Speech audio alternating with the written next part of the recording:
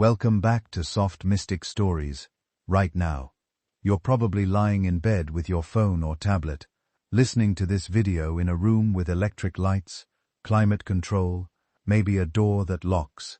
You're surrounded by thousands of years of accumulated human knowledge, language, writing, agriculture, mathematics, medicine, all of it built on the foundation of civilization. But here's something that should keep you up at night, or actually help you fall asleep while your mind quietly spirals. For 200,000 years before any of this existed, anatomically, modern humans just like you, with brains just as large and complex as yours, were walking around Earth, doing what exactly? That's the question that haunts archaeologists and anthropologists. It's a mystery so profound that most people don't even realize it exists.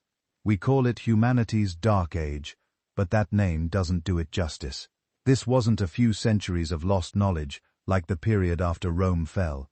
This was 200,000 years.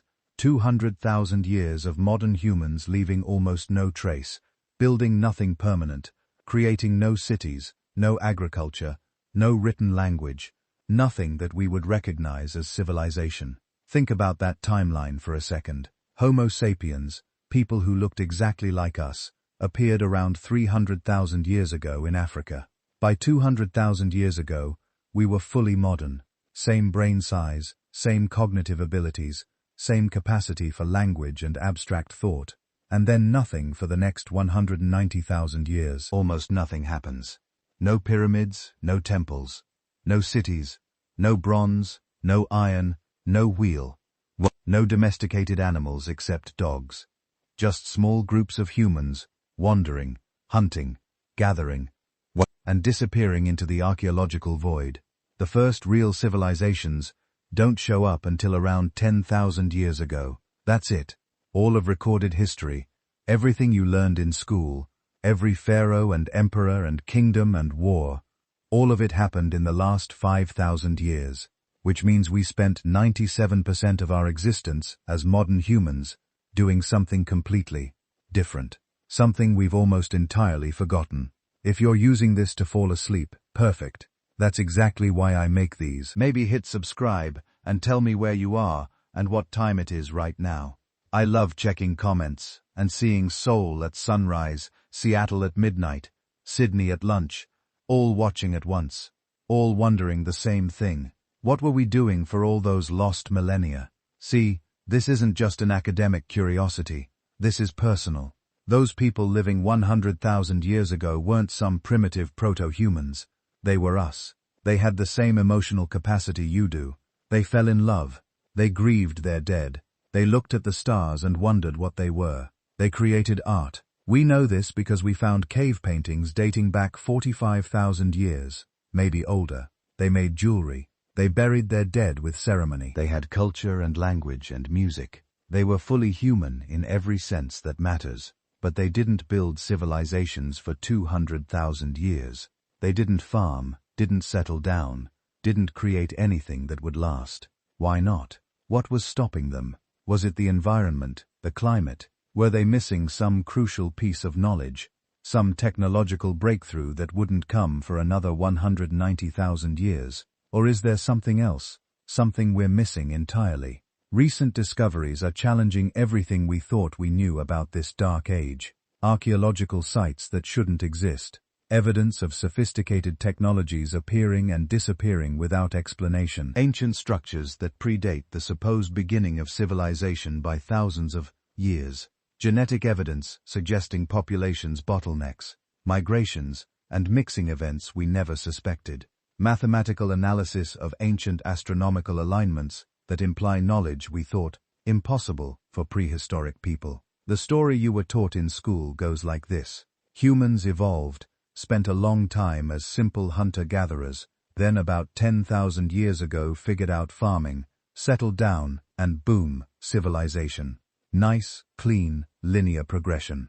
Except the more we dig literally and figuratively, the more that story falls apart. The truth is vastly more complex, more mysterious, and honestly, more unsettling. What were our ancestors doing during those 200,000 years?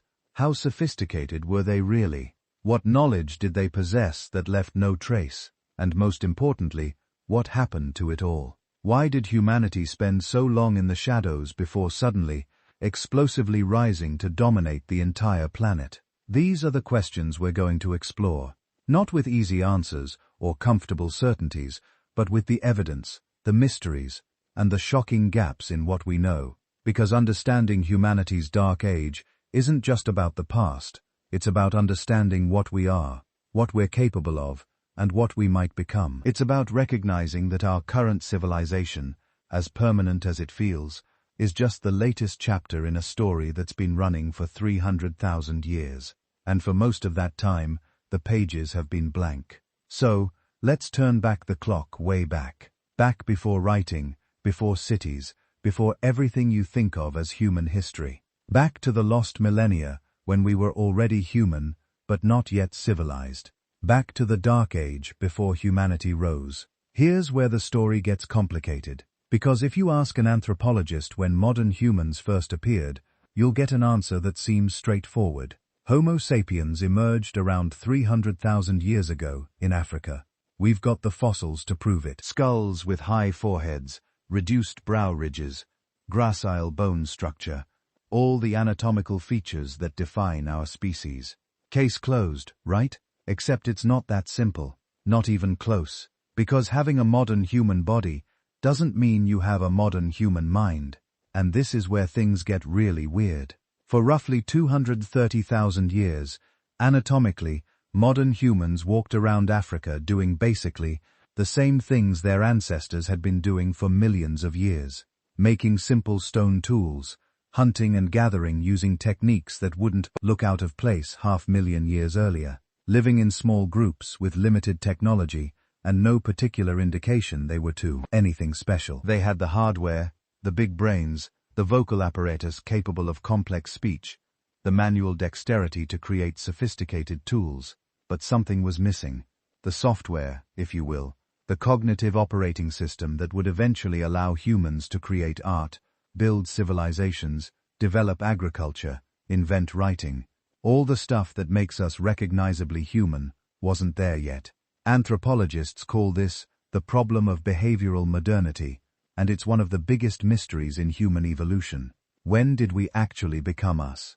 Not just anatomically, but mentally. When did human consciousness as we know it actually emerge? The traditional answer points to around 70,000 years ago. This is when the archaeological record suddenly explodes with evidence of modern human behavior. Sophisticated tools made from bone and antler, not just stone, shell beads and personal ornaments indicating a sense of self-identity, cave paintings and engraved patterns showing symbolic thinking, long-distance trade networks moving raw materials hundreds of miles, specialized hunting techniques targeting specific prey species, evidence of planning, abstract reasoning, artistic expression, all the stuff that screams modern human suddenly appears in the fossil record like someone flipped a switch. Scholars call this the cognitive revolution, and the question that's haunted anthropology for decades is simple. What the hell happened? How does a species go from 230,000 years of basically nothing to suddenly inventing art, symbolism, and complex culture almost overnight in evolutionary terms?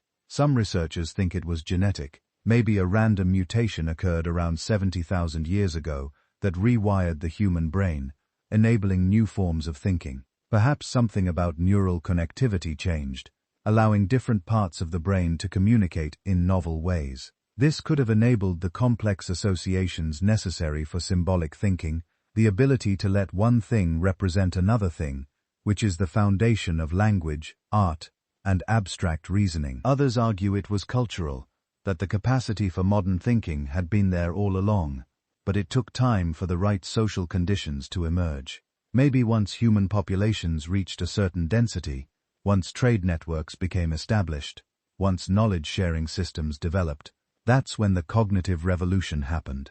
Not because individual brains changed, but because the collective intelligence of interconnected groups reached a critical threshold. But here's what the archaeological evidence actually shows, and it's weirder than either explanation suggests. Modern human behavior didn't just suddenly appear 70,000 years ago. It flickered on and off for tens of thousands of years before that. In South Africa, at a site called Blombos Cave, archaeologists found engraved ochre pieces decorated with abstract geometric patterns. They're 100,000 years old.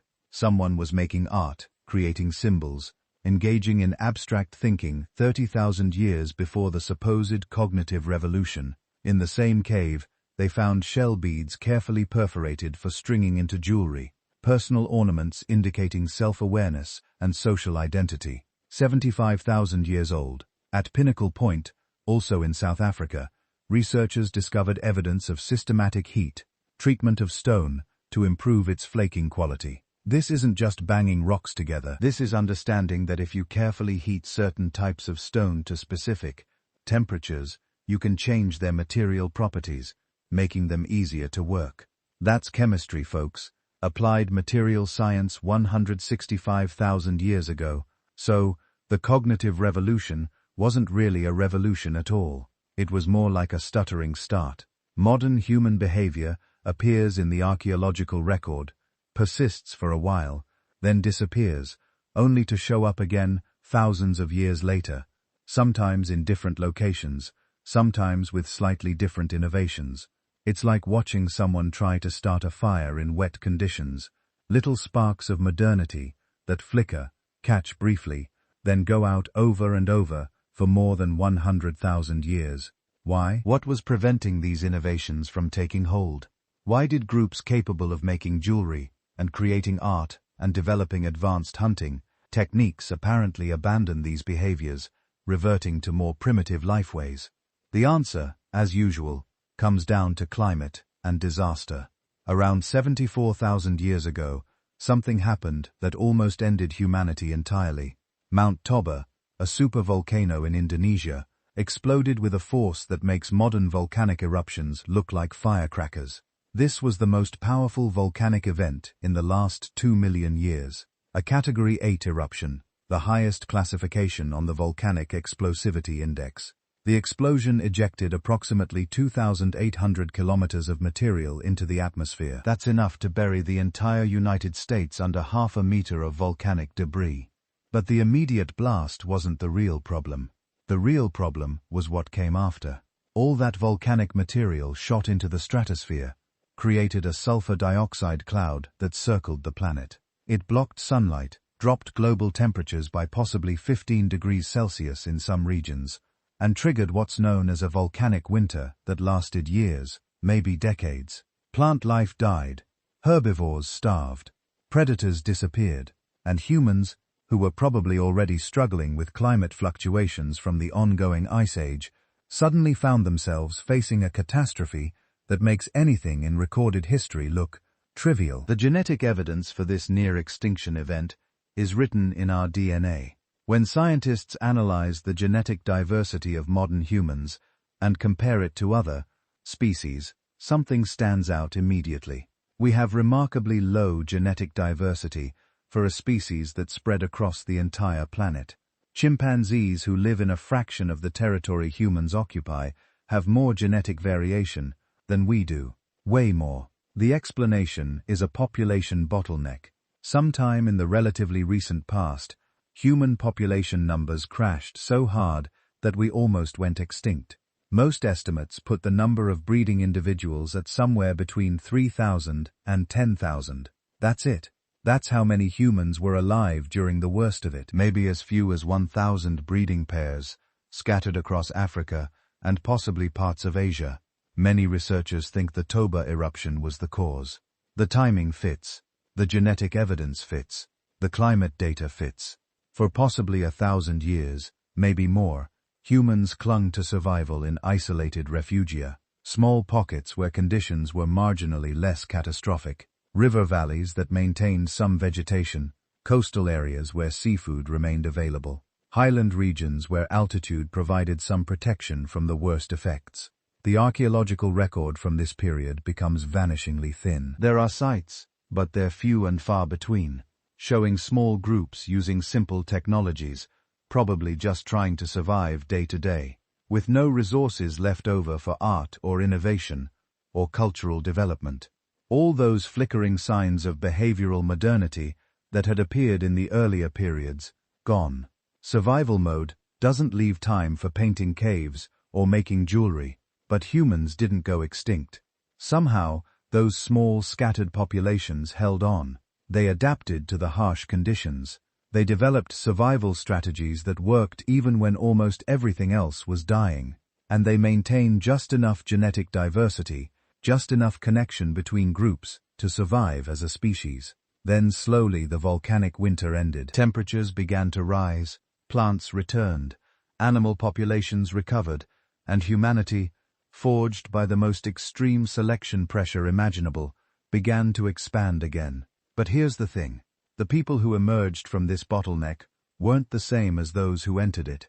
Thousands of years of intense natural selection had refined human populations for intelligence, cooperation, and adaptability. Only the smartest, most resourceful, most socially coordinated group survived.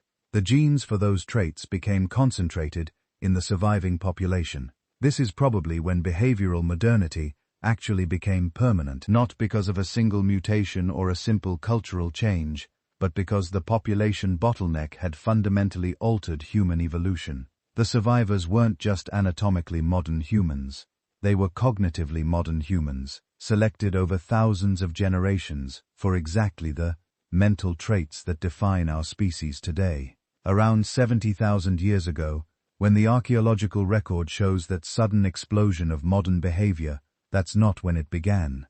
That's when the survivors of Toba finally had populations large enough, territories stable enough, and resources sufficient enough to start expressing the cognitive abilities that had been selected for during the crisis. The cognitive revolution wasn't evolution happening, it was evolution revealing itself. The mental toolkit had already been built during those desperate millennia of near extinction.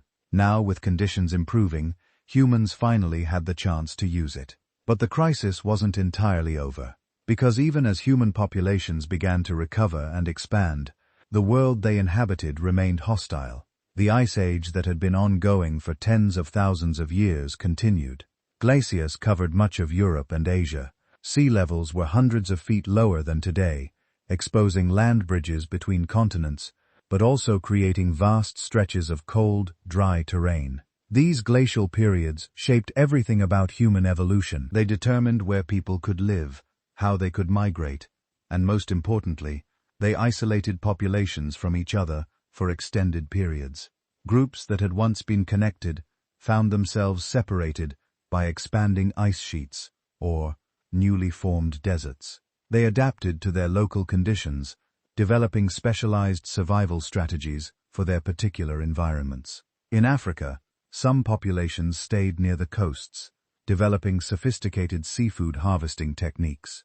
Others moved into interior regions, becoming specialized hunters of large game. Each group refined their tools and technologies for their specific ecological niche. This isolation created another mystery. Why did different groups seem to independently develop similar innovations, only to lose them again? At various sites across Africa, archaeologists find evidence of advanced behaviors appearing, disappearing, then reappearing later, sometimes in the same location, sometimes hundreds of miles away. Symbolic artifacts, advanced tools, complex hunting strategies. They show up, persist for a few thousand years, then vanish from the archaeological record, only to reappear millennia later. The explanation is probably demographic. Small populations are vulnerable to what anthropologists call cultural loss. If the one person who knows how to make the best spear points dies before fully teaching someone, that knowledge can disappear. If a group gets hit by disease or drought, and population numbers crash, complex technologies that require many people working together become impossible to maintain. The knowledge doesn't get lost because people forget. It gets lost because there aren't enough people left to practice it, to teach it, to keep the tradition alive. This happened over and over during the long ice age. Groups would develop innovations, populations would grow, culture would flourish. Then some local disaster, drought, disease, conflict with neighbors would strike. Population numbers would crash. The complex technologies would be abandoned because the group was too small to maintain them. Survivors would revert to simpler, more reliable tools and techniques. Then over generations, as populations recovered, someone would reinvent the lost technologies or learn them from neighboring groups. This is why the archaeological record looks so weird for this period. It's not that humans were stupid or that behavioral modernity kept switching on and off. It's that small populations living in marginal environments are incredibly vulnerable to cultural loss. Innovation requires population density, resource surplus, and social stability.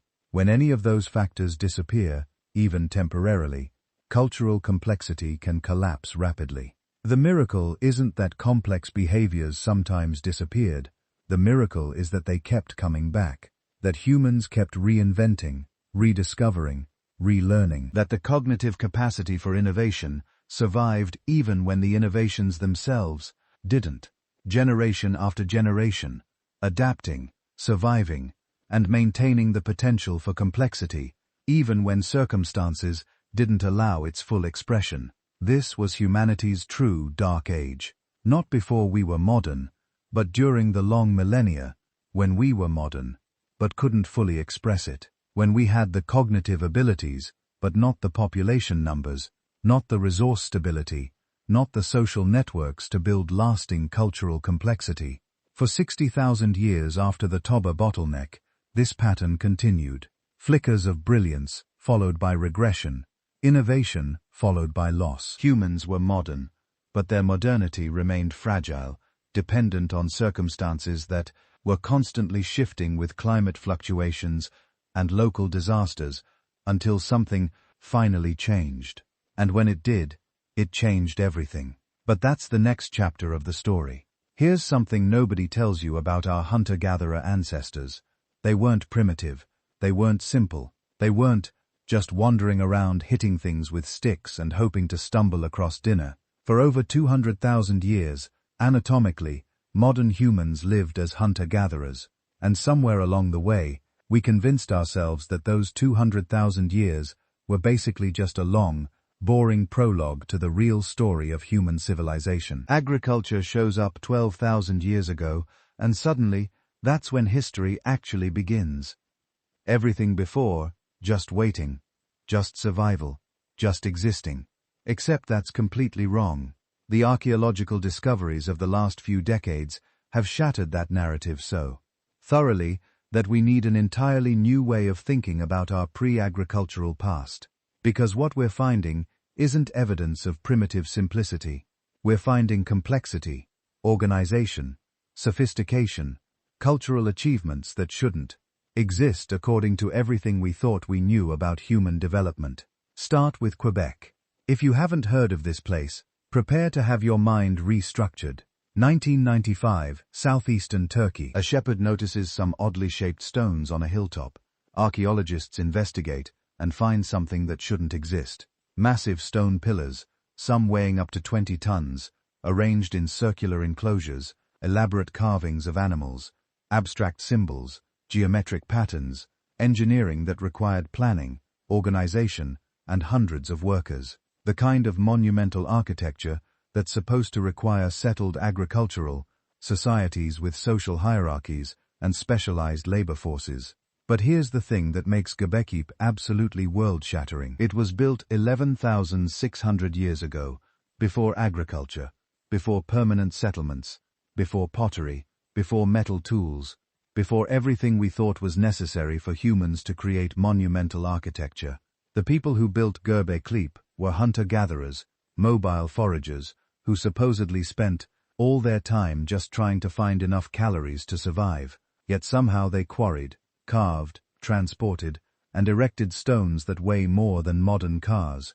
They created artistic masterpieces that demonstrate sophisticated symbolic thinking, and they maintained this building project for over 1,000 years, generation after generation, returning to the same sacred site to add new structures and maintain old ones. This isn't supposed to be possible. The entire evolutionary model of human civilization says you need agriculture first. Surplus food production allows population growth. Population growth requires social organization. Social organization enables specialization, and specialization finally makes big building projects possible. Quebec does it backward, and it's not alone. Archaeologists are now finding evidence of similar structures across the Middle East and beyond, all predating agriculture. Kahan Tepe, Haaretz, Suvantesi, Bonaklutala, each one revealing the same pattern. Hunter-gatherers coming together to build something monumental, something that served no obvious practical survival purpose. These were ceremonial centers, places of gathering and ritual, evidence that our ancestors weren't just surviving, they were creating meaning. But to build places like this, you need organization, and organization leaves traces. Recent excavations around these megalithic sites have revealed something extraordinary. These weren't just isolated monuments in empty wilderness. They were hubs in vast networks of seasonal gathering. Thousands of people converging on specific locations at specific times of the year, not permanently, not year-round, but in temporary concentrations that functioned like proto-cities. Think about what this requires. You need different groups spread across hundreds of miles to coordinate timing. That means shared calendar systems. You need to bring enough people together that they won't starve while they're there. That means systematic resource management and probably food storage. You need to prevent conflicts between groups who might be traditional rivals. That means social protocols, probably elaborate rituals and ceremonies designed to maintain peace. This is sophisticated social organization. This is complexity at a level we associated only with agricultural civilizations. And the evidence for these seasonal gathering sites is showing up everywhere. In Northern Europe, archaeologists have found concentration points where dozens of hunter-gatherer groups converge during annual fish runs. In North America, sites like Poverty Point in Louisiana show massive earthwork construction by pre-agricultural societies. In Australia, Aboriginal songline routes created networks that connected communities across entire continents. These weren't random wanderings, these were planned migrations following routes that had been established for thousands of years. Routes that connected resource nodes, sacred sites, and seasonal gathering points. Routes that require detailed environmental knowledge, astronomical timekeeping, and multi-generational information transmission. Let's talk about that astronomical knowledge, because it's wild. Cave paintings in Lascaux, France, 17,000 years old. For decades, archaeologists interpreted them as hunting magic or simple artistic expression. Then someone with astronomy training actually looked at them. Those dots and patterns aren't random, they're star maps, representations of constellations positioned exactly as they would have appeared in the Paleolithic night sky.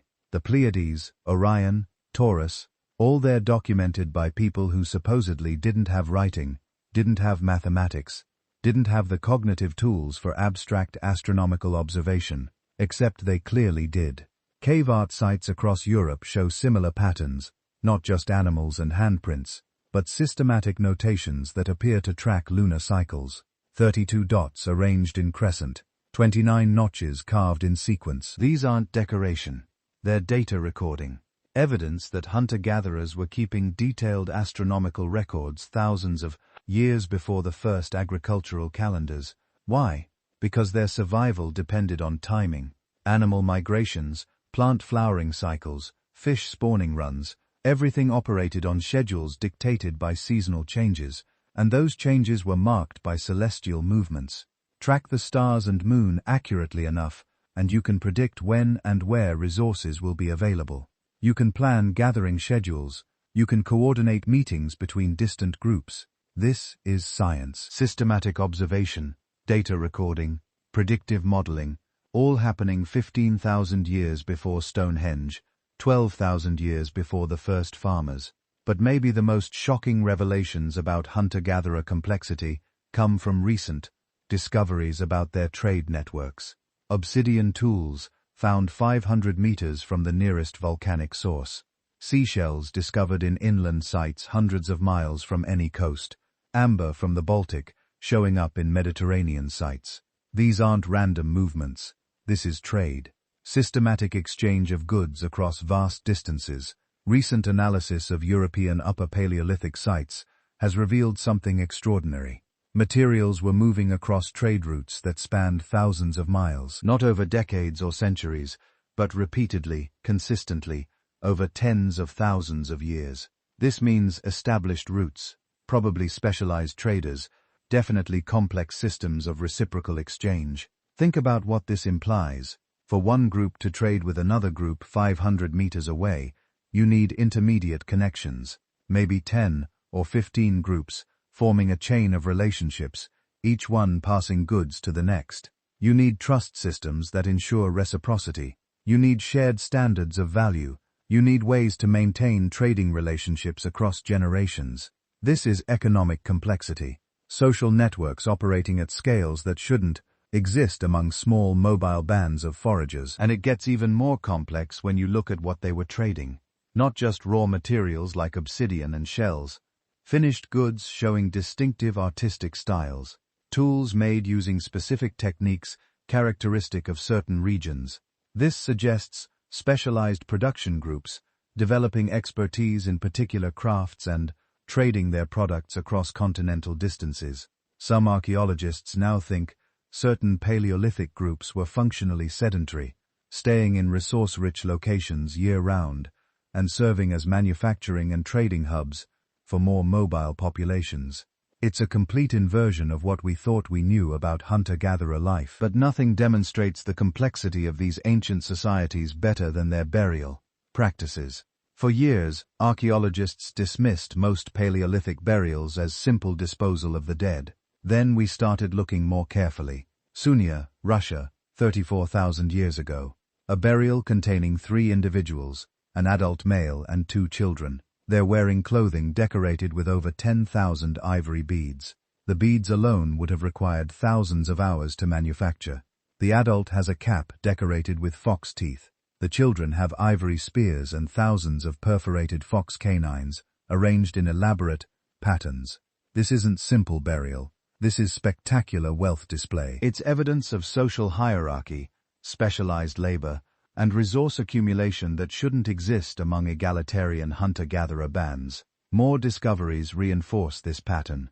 Gravettian burials across Europe, 30,000 to 22,000 years ago, show consistent evidence of social differentiation. Some individuals buried with elaborate grave goods, others with nothing, some interred in prominent locations, others in unmarked graves. We're seeing chiefs, leaders, possibly hereditary aristocracies among people who supposedly lived in simple equal bands where everyone had the same status. The spiritual beliefs these burials reveal are equally sophisticated. Red ochre staining the bodies and grave goods, careful positioning of remains, sometimes in fetal positions, suggesting rebirth symbolism.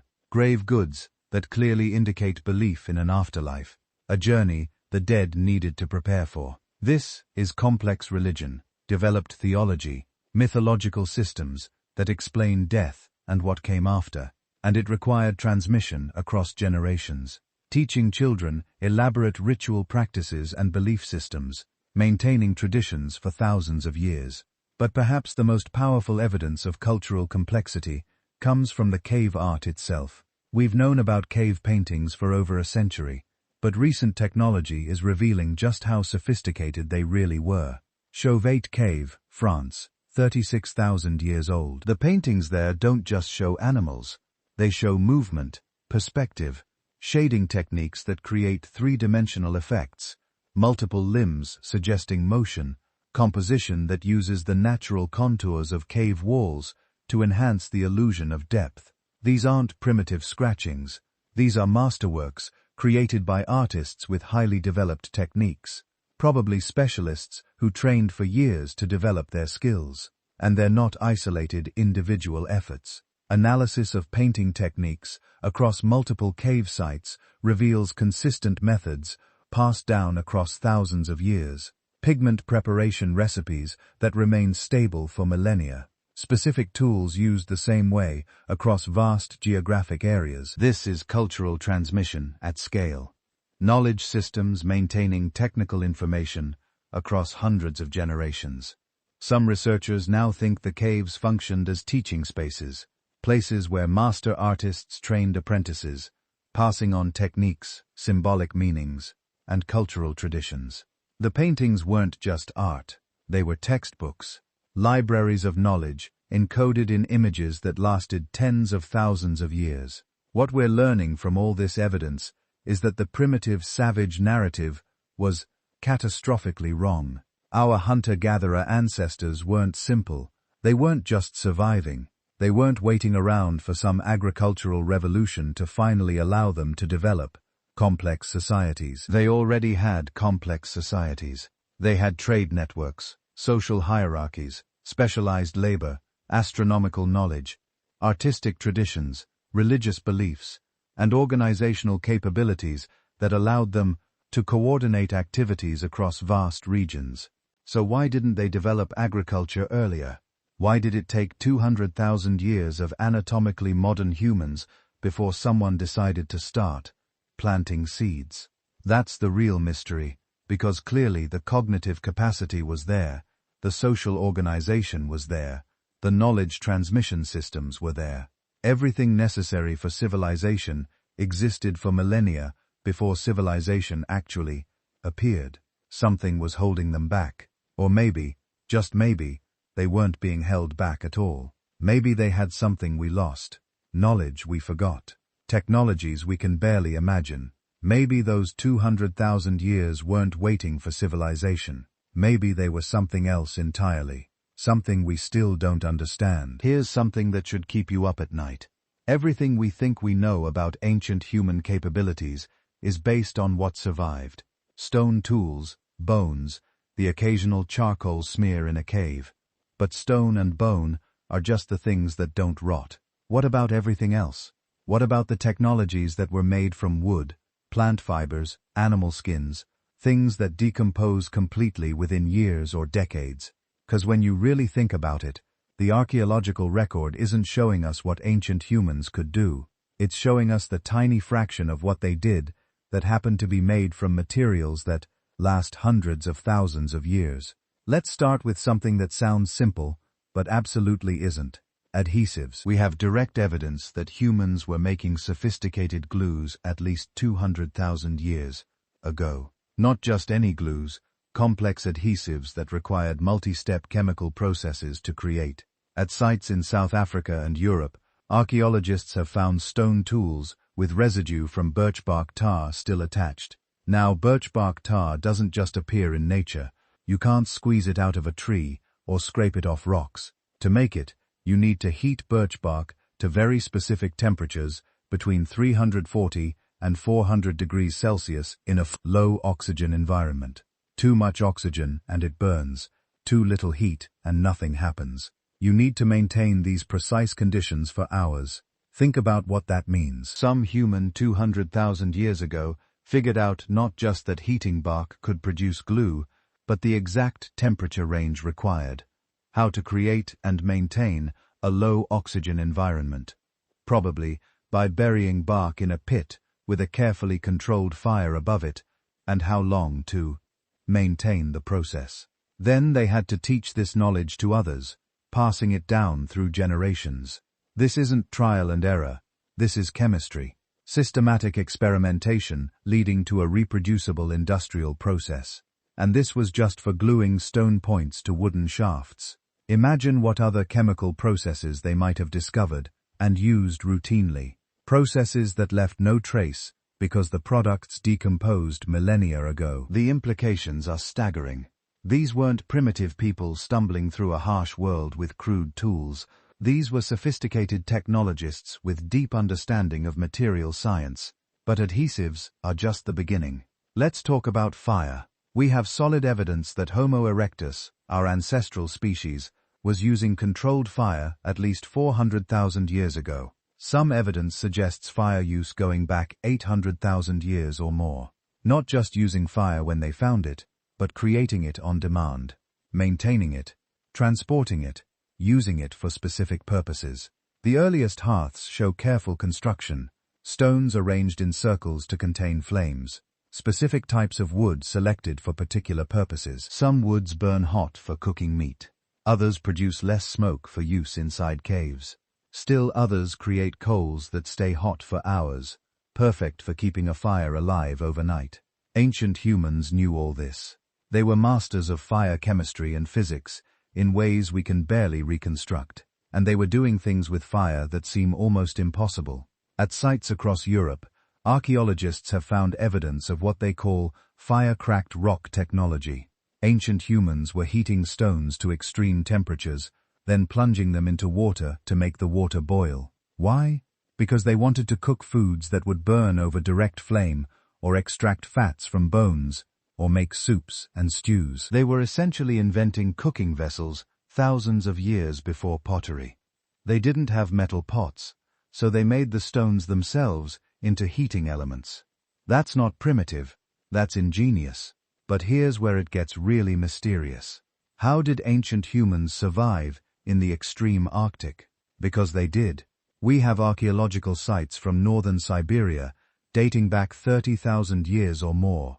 These are places where winter temperatures drop to -40 degrees or colder, where the sun doesn't rise for months at a time, where there's no wood for fuel, no plant foods, nothing but ice, snow, and the occasional mammoth. Modern humans would die in these environments within hours, without sophisticated cold weather gear. But ancient humans not only survived, they thrived. They raised children in these conditions. They maintained populations for thousands of years. How? The archaeological record shows us their stone tools and some bone needles, suggesting they could sew clothing. But needles aren't enough. You need to know how to prepare animal skin so they remain flexible in extreme cold. You need to understand insulation, layering, moisture management. You need to design clothing that prevents sweating, because sweat kills you at -40. Modern Arctic peoples have this knowledge. They learned it over thousands of years of trial and error, and they preserve it through oral, tradition, and demonstration. Ancient peoples must have had equivalent knowledge systems, detailed understanding of materials and techniques, passed down through generations. But almost none of it survived. We can infer it existed because otherwise the people would have died. But we can't see it, can't study it, can only guess at the sophistication involved. Then there's seafaring. This one should fundamentally change how we think about ancient human capabilities, but somehow it gets glossed over. Australia was colonized at least 65,000 years ago, possibly earlier. This is established fact, confirmed by multiple dating methods across dozens of sites. But here's the thing, Australia was never connected to Asia by a land bridge. Not during the Ice Ages. Not ever. To get there, humans had to cross at least 50 meters of open ocean, minimum, possibly much more, depending on which route they took. 50 miles of open ocean isn't something you cross by accident on a log. Ocean currents would sweep you away. Without navigation skills, you'd end up lost at sea. Without provisions, you'd die of thirst.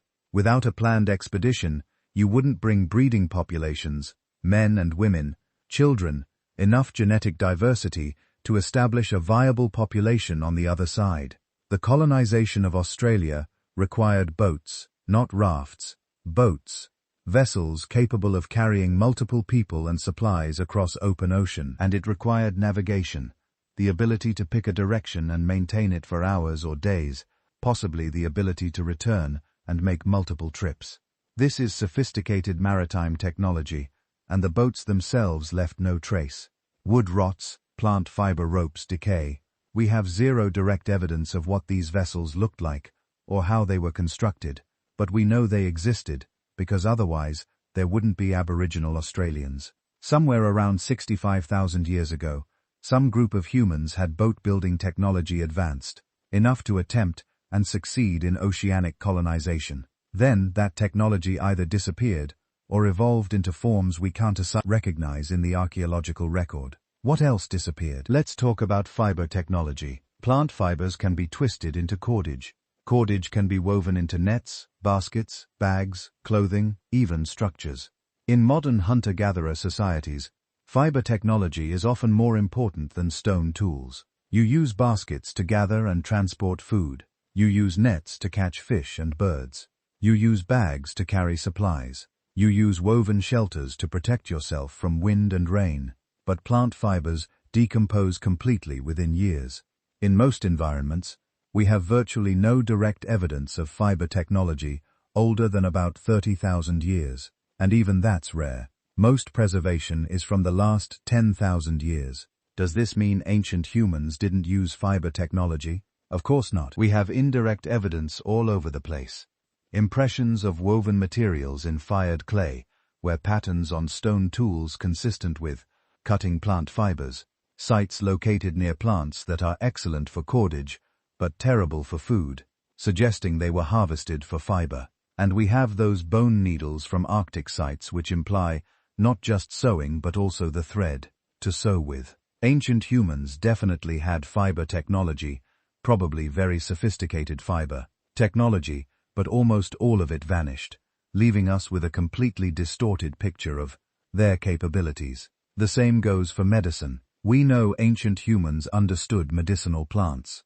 How do we know? Because their descendants, modern hunter-gatherers, have incredibly detailed pharmacological knowledge. Australian Aboriginal peoples use hundreds of medicinal plants.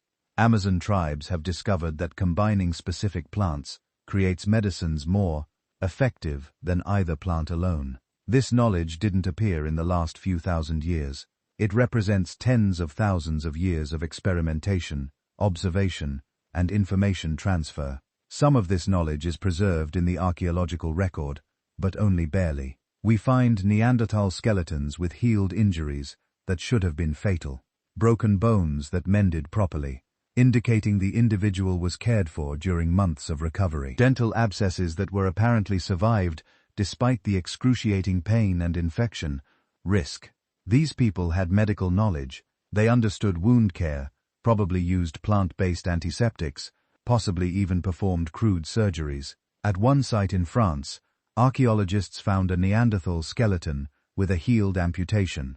This individual had lost a forearm, probably in an accident, and the wound had been treated successfully enough that they survived for years afterward. Think about what that requires. You need to control bleeding, prevent infection, provide enough nutrition for healing, care for someone who can't hunt or gather effectively. This is organized medical care, but we have no direct evidence of the medicines used, the procedures followed, the knowledge systems that made this possible. Then there are the really controversial possibilities, the technologies that might have existed but left so little trace that we can't be sure. Take ceramics. We know pottery appears around 20,000 years ago in China, earlier than anywhere else. But pottery requires you to figure out that certain clays, when heated to high temperatures, become hard and waterproof. Is it possible ancient humans discovered this much earlier, but only used ceramics for purposes that don't preserve well, or haven't been found yet? Or consider fermentation. Modern hunter-gatherers ferment foods to preserve them, improve digestibility, even create mildly alcoholic beverages. These processes require understanding of microorganisms, temperature control, timing.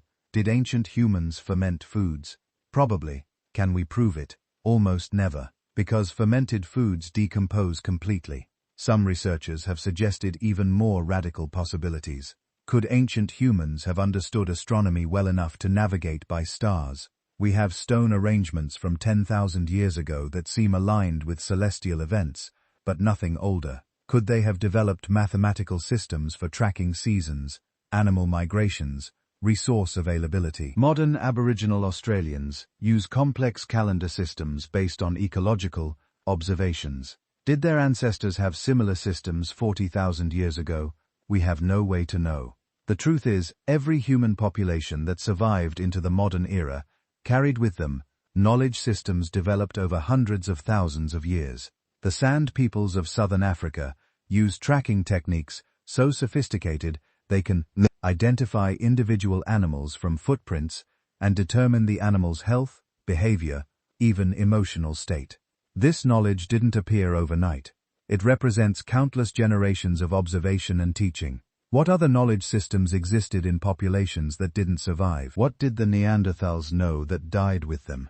What techniques did ancient populations develop, use for thousands of years, then lose when populations declined or environments changed? We're looking at the path through a tiny keyhole, We see stone tools because stone survives. We see some bone because bone sometimes survives. But everything else, probably 95% or more of ancient human technology and knowledge, it's just gone, decomposed, eroded, lost to time. And that means every confident statement about ancient human capabilities is probably wrong. Not because the evidence we have is bad, but because the evidence we have is desperately incomplete. Those people weren't primitive. They were sophisticated, knowledgeable, technologically innovative. They just used materials that time destroyed. And that changes everything about how we should think about the long, dark age before civilization. Maybe it wasn't dark at all. Maybe we're just blind to almost everything that happened. So, here's the question that should haunt us. If modern humans have been around for 300,000 years, with brains essentially identical to ours, why did civilization only emerge 12,000 years ago? What took us so long? Think about it. For 288,000 years, roughly 96% of our existence as a species, humans lived without cities, without writing, without agriculture, without any of the things we consider fundamental to civilization. That's not a brief delay. That's almost the entire human story. And the answer isn't that our ancestors were stupid or lazy. The answer is that the world itself was actively hostile to civilization. The primary culprit was climate. Not just bad weather, but systematic, unpredictable, civilization destroying climate instability that made agriculture nearly impossible for most of human history. During the Pliene epoch, which lasted from about 26 million years ago until 11,700 years ago, Earth's climate was in constant flux. Not gentle seasonal changes, but massive swings between glacial and interglacial periods that could happen within a human lifetime. Ice cores from Greenland tell us the story. The data shows temperature swings of up to 15 degrees Celsius happening in just decades, sometimes even faster. Rainfall patterns that would shift dramatically and unpredictably. Growing seasons that could shrink from 6 months to 3 months within a generation. This is what climate chaos actually looks like. And it made systematic agriculture virtually impossible. Agriculture requires predictability. You need to know roughly when the rains will come, roughly how long the growing season will last, roughly what temperature ranges to expect. You plant seeds in spring, they grow through summer, you harvest in fall. The system works because the pattern repeats. But during the Pliocene, patterns didn't repeat. A valley that had reliable rainfall for 50 years might suddenly experience a century of drought. A region with mild winters might abruptly face Arctic conditions. Growing seasons would expand and contract randomly. Any group that committed to agriculture was gambling their survival on climate stability that simply didn't exist. One bad decade, and your entire population starves because you've given up the mobile, flexible lifestyle that let you move to where the resources were. Archaeological evidence suggests humans understood this perfectly well. Sites from the late Pliocene show clear evidence that people were experimenting with proto-agriculture, cultivating wild grains, encouraging useful plants, beginning to control their food sources. But then these experiments would stop. The settlements would be abandoned. People would return to full nomadic hunter-gatherer lifestyles. This wasn't failure. This was adaptation. They tried agriculture. The climate betrayed them. And they were smart enough to recognize that mobility was safer than commitment to fixed farming. The hunter-gatherer lifestyle, meanwhile, was actually working remarkably well. This is something we need to understand clearly. Our modern bias assumes that agriculture was an obvious upgrade from hunting and gathering. That civilization represents progress, and anything before it was primitive misery. But the archaeological and anthropological evidence tells a very different story. Hunter-gatherers during the Pliocene, and even into the early Holocene, worked fewer hours than agricultural peoples. Studies of modern hunter-gatherer societies show they typically work about 15 to 20 hours per week to meet all their food needs. The rest of the time is leisure. Early agriculturalists, by contrast, worked constantly clearing land, planting, weeding, harvesting, processing, storing. Agriculture was harder work. not easier. Hunter-gatherers also ate better. Archaeological analysis of human remains shows that pre-agricultural humans were taller, healthier, had better teeth, and lived longer than the early farmers who replaced them. Why? Because hunter-gatherers ate a diverse diet of wild game, fish, nuts, fruits, and vegetables. Agriculturalists ate mostly grain, lots of calories, but nutritionally monotonous and vulnerable to crop failures. The skeletons don't lie. The transition to agriculture made people smaller, sicker, and created the first epidemic diseases. Hunter-gatherers had population densities too low for epidemic diseases to establish themselves. Early agricultural settlements created the dense, sedentary populations that let diseases spread efficiently. So why would anyone switch? Why abandon a lifestyle that required less work, provided better nutrition, and kept you healthier? The answer is, they wouldn't. Not voluntarily. Not unless conditions changed so dramatically that the old ways stopped working. But there's another problem that prevented civilization: population density. Civilization requires specialization. You need farmers who only farm, craftspeople who only make tools, priests who only perform rituals, warriors who only fight, administrators who only organize. But specialization is only possible when you have enough surplus food production to support people who aren't directly producing food. And surplus requires population density. You need enough people in one place that some of them can be spared from subsistence activities. During most of human history, population density was nowhere near the threshold required for specialization. Hunter-gatherer bands typically range from 20 to 50 individuals. At that scale, everyone needs to contribute to survival. You can't have full-time specialists because there aren't enough people to support them. Even when populations grew larger, they tended to split. When a band got too big, it would divide with part of the group moving to new territory. This kept population density low and prevented the accumulation of specialized roles. You need populations in the thousands, concentrated in one place, before civilization becomes possible. And achieving that concentration required agricultural surpluses, which required climate stability, which didn't exist during the Pleistocene. It's a catch-22. You can't get civilization without agriculture. You can't sustain agriculture without stable climate. And you can't maintain concentrated populations without agricultural surpluses. The system only works if all the pieces come together simultaneously. But perhaps the most devastating barrier was the information loss problem. Human knowledge is cumulative, but only if it can be transmitted reliably across generations. And for most of human history, that transmission was fragile. Everything humans knew was stored in their brains and passed on through oral tradition. No writing meant no permanent records. No cities meant no schools or formal education systems. No specialization meant no dedicated teachers or scholars. Knowledge survived only if people remembered it and successfully taught it to their children. And that system is vulnerable, catastrophically vulnerable.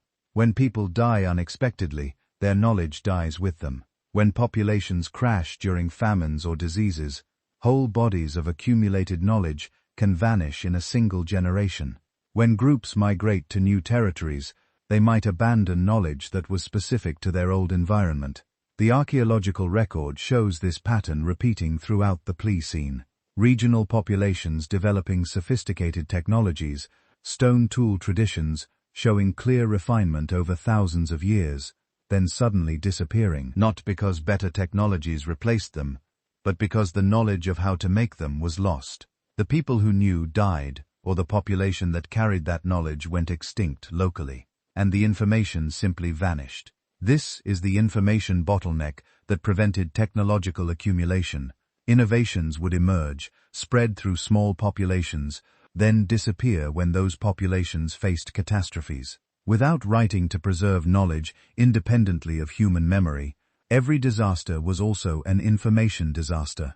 Modern humans experienced this personally when they left Africa 60,000 years ago. Many technologies common in African populations didn't make it to Europe or Asia. Not because migrants couldn't have used them, but because the small founding populations didn't like it. individuals who possessed that specific knowledge. One person knowing how to make sophisticated fishing nets doesn't help if that person drowns before reaching the new territory. The knowledge dies with them, and everyone else has to reinvent it from scratch, or go without.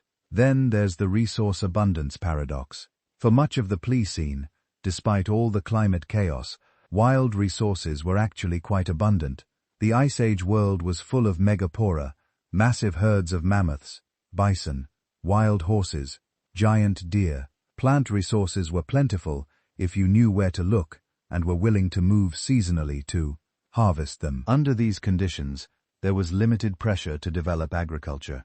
Why spend years clearing land, planting seeds, and hoping the climate cooperates when you can just hunt the megafauna that are already everywhere? Why invest in food storage technologies when you can take down a mammoth that provides thousands of pounds of meat? Wild abundance removed the necessity that drives innovation. Humans develop new technologies when existing strategies stop working, not when everything is fine. The evidence suggests humans repeatedly invented proto-agricultural techniques during the Pleistocene, then abandoned them because hunting and gathering remained more reliable and less labor-intensive. Sites in the Middle East show people harvesting wild grain systematically 20,000 years ago, even building permanent structures for grain processing. But these settlements would last a few generations, then be abandoned. People return to mobile hunter-gathering. The same pattern appears in other regions. China shows evidence of rice cultivation experiments dating back 15,000 years that were abandoned. New Guinea has signs of proto-agriculture from 30,000 years ago that didn't develop into full farming until much later. These weren't failures to understand agriculture. These were rational decisions that mobile hunting and gathering remained the superior strategy given climate instability and resource abundance. But the most devastating barrier to civilization was catastrophic reset events. Every time human populations began accumulating knowledge, developing regional traditions, building towards something more complex, disaster would strike. Climate shifts that turned productive territories into wastelands within decades. Volcanic eruptions that triggered temporary climate crisis. Disease outbreaks that crashed populations. Mega floods that destroyed entire river valleys. The archaeological record is filled with these discontinuities. Regional cultures showing clear development over thousands of years, then suddenly disappearing from the record. Not gradually declining, but abruptly ending.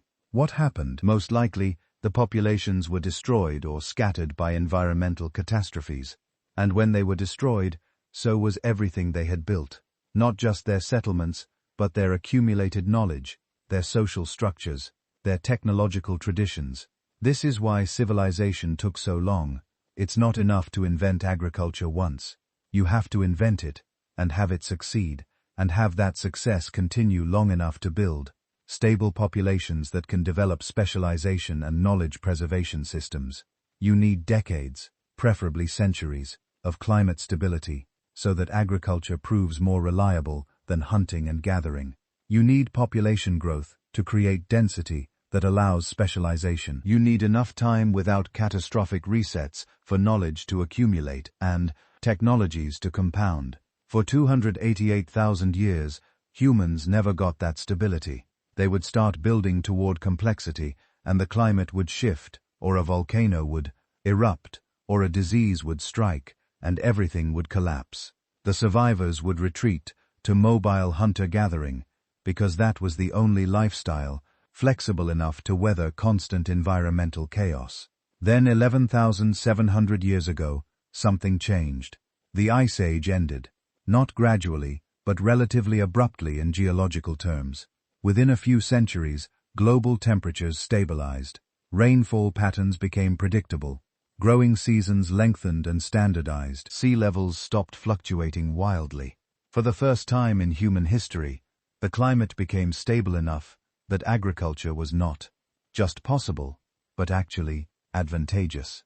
People in the Fertile Crescent, who'd been harvesting wild wheat for thousands of years, noticed something new. The growing seasons were consistent now. Year after year, the rains came at roughly the same time. The wild wheat grew predictably and gradually, probably over many generations. They transitioned from harvesting wild stands to actively cultivating them, planting seeds, weeding out competitors, selecting for desirable traits. Within a few thousand years, multiple human populations independently invented agriculture, not because they suddenly got smarter, but because for the first time, the climate allowed it to work reliably. The Fertile Crescent domesticated wheat and barley, China domesticated rice and millet, New Guinea domesticated taro and yams, Mesoamerica domesticated maize and beans, the Andes domesticated potatoes. Each region independently figured out agriculture because suddenly the conditions allowed it to succeed. And once agriculture succeeded, everything else followed. Surplus food allowed population growth. Population growth allowed specialization. Specialization allowed technological accumulation. Technological accumulation allowed further improvements in food production. The feedback loop that had been impossible during the Pleistocene finally began working. Within just a few thousand years after the climate stabilized, civilizations emerged on multiple continents. Not because humans changed, but because the world did. The Dark Age before civilization wasn't about human limitation. It was about environmental constraints. For 288,000 years, Earth's climate was systematically hostile to the development of civilization. And the moment those constraints lifted, humans built cities, developed writing, created art, and architecture, and mathematics, and everything else we associate with civilization. We were always capable. We were just waiting for the world to let us prove it. But here's the thing that keeps archaeologists awake at night. Everything we've talked about so far, all these lost civilizations, forgotten technologies, the vast expanse of human prehistory, it's based on an archaeological record that is fundamentally catastrophically incomplete. We're not talking about missing a few puzzle pieces. We're talking about having maybe 1% of the puzzle and trying to reconstruct the entire picture.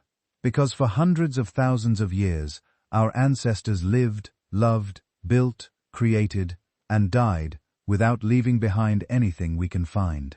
And there are very specific reasons why so much disappeared. Why we are essentially blind to 99% of human history. Let's start with the most devastating loss, the drowning of human civilization. Because here's what most people don't realize. During the last ice age, which ended only 11,700 years ago, sea levels were 400 feet lower than they are today. 400 feet, that's a 40-story building worth of difference. And this wasn't just about having more beach. This fundamentally changed where humans could live, and where they chose to live. Coastlines are prime real estate for hunter-gatherers. Abundant food from both land and sea, natural harbors providing protection, rivers bringing fresh water, moderate climates without the temperature extremes of the interior. During the Ice Age, what we now think of as continental shelves were dry land. Vast coastal plains stretching for hundreds of miles beyond today's shorelines. And that's where people lived. That's where they built their settlements, developed their technologies, created their cultures. The archaeological evidence we do have supports this overwhelmingly. Virtually every early human settlement we'd have found near ancient coastlines shows heavy reliance on marine resources. Shell mittens piled dozens of feet high, fish bones by the thousands, tools designed specifically for maritime exploitation. When early humans had access to coastlines, they used them intensively. So extrapolate that back 20,000 years, back 50,000 years, back 100,000 years. Where were the majority of humans living on coastlines that are now underwater? The Persian Gulf was completely dry land during the Ice Age, a vast river valley where the Tigris and Euphrates merged into a single massive river system that flowed through what is now 600 feet of ocean. Archaeological surveys of the Gulf floor using sonar and submarine drones have found what appear to be stone structures, ancient river channels, and possible settlement sites all submerged beneath the water. But we can't excavate them, can't carbon date them, can't study their artifacts or understand their culture. They're gone, drowned when the ice melted and the oceans rose. The same thing happened everywhere. The coastlines of Southeast Asia, now submerged, were once a vast landmass called Sundand, potentially home to millions of people over tens of thousands of years. The coastal regions of India, where sophisticated maritime cultures probably developed, now lie under hundreds of feet of water. The Mediterranean coast, the Atlantic seaboard, the Pacific Rim, all drowned, all lost, all taking with them the majority of human coastal settlement history. Some researchers estimate that 90% of human population during the Ice Age lived within 20 meters of coastlines. If that's even remotely accurate, then we've lost access to 90% of Ice Age human civilization. Not damaged, not fragmented, completely inaccessible, buried under oceanic sediment and seawater. But it gets worse, because even the inland sites that stayed dry face another devastating problem. Everything rots. Think about what ancient humans made things from: wood, plant fibers, animal skins, bone, shell, feathers, gut, hair. Every single one of these materials biodegrades, and not slowly. Under normal environmental conditions, organic materials start breaking down immediately after they're discarded. Wood can last maybe a few hundred years before it's completely decomposed. Leather and hides maybe a few decades. Plant fiber baskets and clothing gone in years. This means that 99% of everything our ancestors made has simply vanished, returned to the soil, consumed by bacteria, fungi, and insects, leaving no trace whatsoever. We find stone tools because stone doesn't rot. We find occasional bones because in very specific conditions, mineral replacement can preserve them. But we don't find the wooden handles those stone tools were attached to. We don't find the leather bags people carried things in. We don't find the plant fiber nets they used for fishing. We don't find the wooden shelters they lived in. We don't find the bark containers they stored food in. All gone, all decomposed, all leaving us with a completely distorted picture of ancient technology. Here's a thought experiment. Imagine archaeologists 50,000 years from now trying to reconstruct our civilization, but every single thing made from plastic, metal, paper, cloth, or any organic material has completely decomposed. All they can find is stuff made from stone and ceramic. What would they think we were like? They'd find stone buildings, ceramic tiles, maybe some glass. They'd completely miss computers, cars, books, clothing, furniture, basically everything that defines modern life.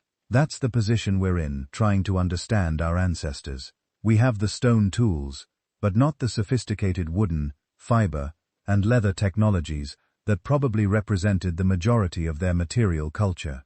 And occasionally, very occasionally, we get lucky. A site gets waterlogged, creating anaerobic conditions where bacteria can't break down organic material, or something gets frozen in permafrost, or buried in extremely dry desert conditions.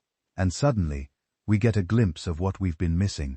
The Magdalenian spear throwers from 17,000 years ago, carved from reindeer antler with such artistic skill that they rival anything produced in the Renaissance. The 10,000-year-old baskets from Spirit Cave in Nevada, woven with such sophistication that modern basket makers study them to learn lost techniques.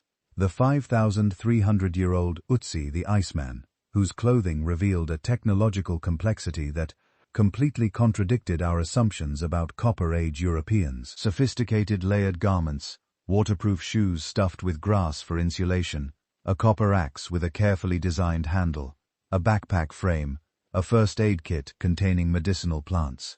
This wasn't a primitive savage.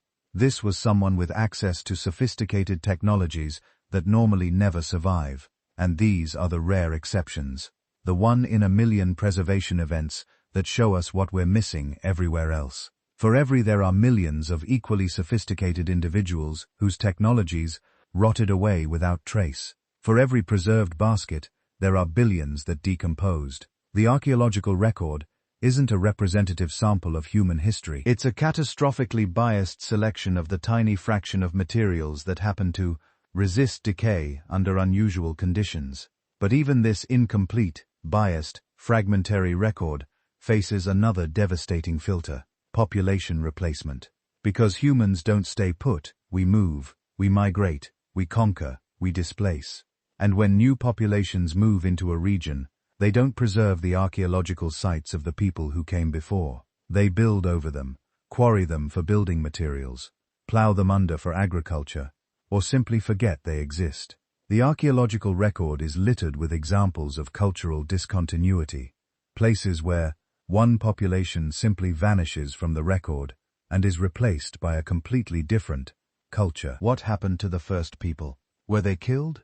Did they migrate? Did they assimilate? We don't know. Their stories are lost, their languages forgotten, their cultural knowledge gone. The replacement of European hunter-gatherers by Neolithic farmers around 8,000 years ago represents one of the most dramatic population replacements in human history. Genetic analysis shows that the original European hunter-gatherer populations were almost completely replaced by incoming farmers from Anatolia. These farmers didn't just add to the existing population, they largely replaced it. The hunter-gatherers who had lived in Europe for 40,000 years, who had survived the Ice Age, who had created magnificent cave art and sophisticated tools, their genetic contribution to modern Europeans is minimal. Their languages are completely extinct, their cultural practices mostly forgotten. They're gone, and they took their knowledge with them. 40,000 years of accumulated wisdom about European landscapes, animals, plants, survival strategies, all lost in a few thousand years of population replacement. This same pattern repeated across the globe. In the Americas, successive waves of migration created cultural discontinuities that broke the transmission of knowledge from earlier populations. In East Asia, population expansions and contractions erased entire cultural traditions. In Africa, the expansion of Bantu-speaking peoples over the last 3,000 years displaced or absorbed dozens of earlier populations whose languages and cultures are now extinct. Each discontinuity represents a catastrophic loss of information, knowledge that took thousands of years to accumulate, gone in a generation or two. Because without writing, knowledge exists only in human memory. When the people die or assimilate into new cultures, their knowledge dies with them. But nothing compares to the catastrophe that struck 12,800 years ago. The event that may have erased the most advanced prehistoric civilizations and reset human development across multiple continents, the Younger Dus Impact Event. Picture this: the Ice Age is ending. For several thousand years, temperatures have been rising steadily, ice sheets are melting, sea levels are rising, human populations are expanding, and then suddenly, catastrophically, everything reverses. Around 12,800 years ago, temperatures plunged back to near Ice Age conditions in less than a decade. Not gradually, not over centuries.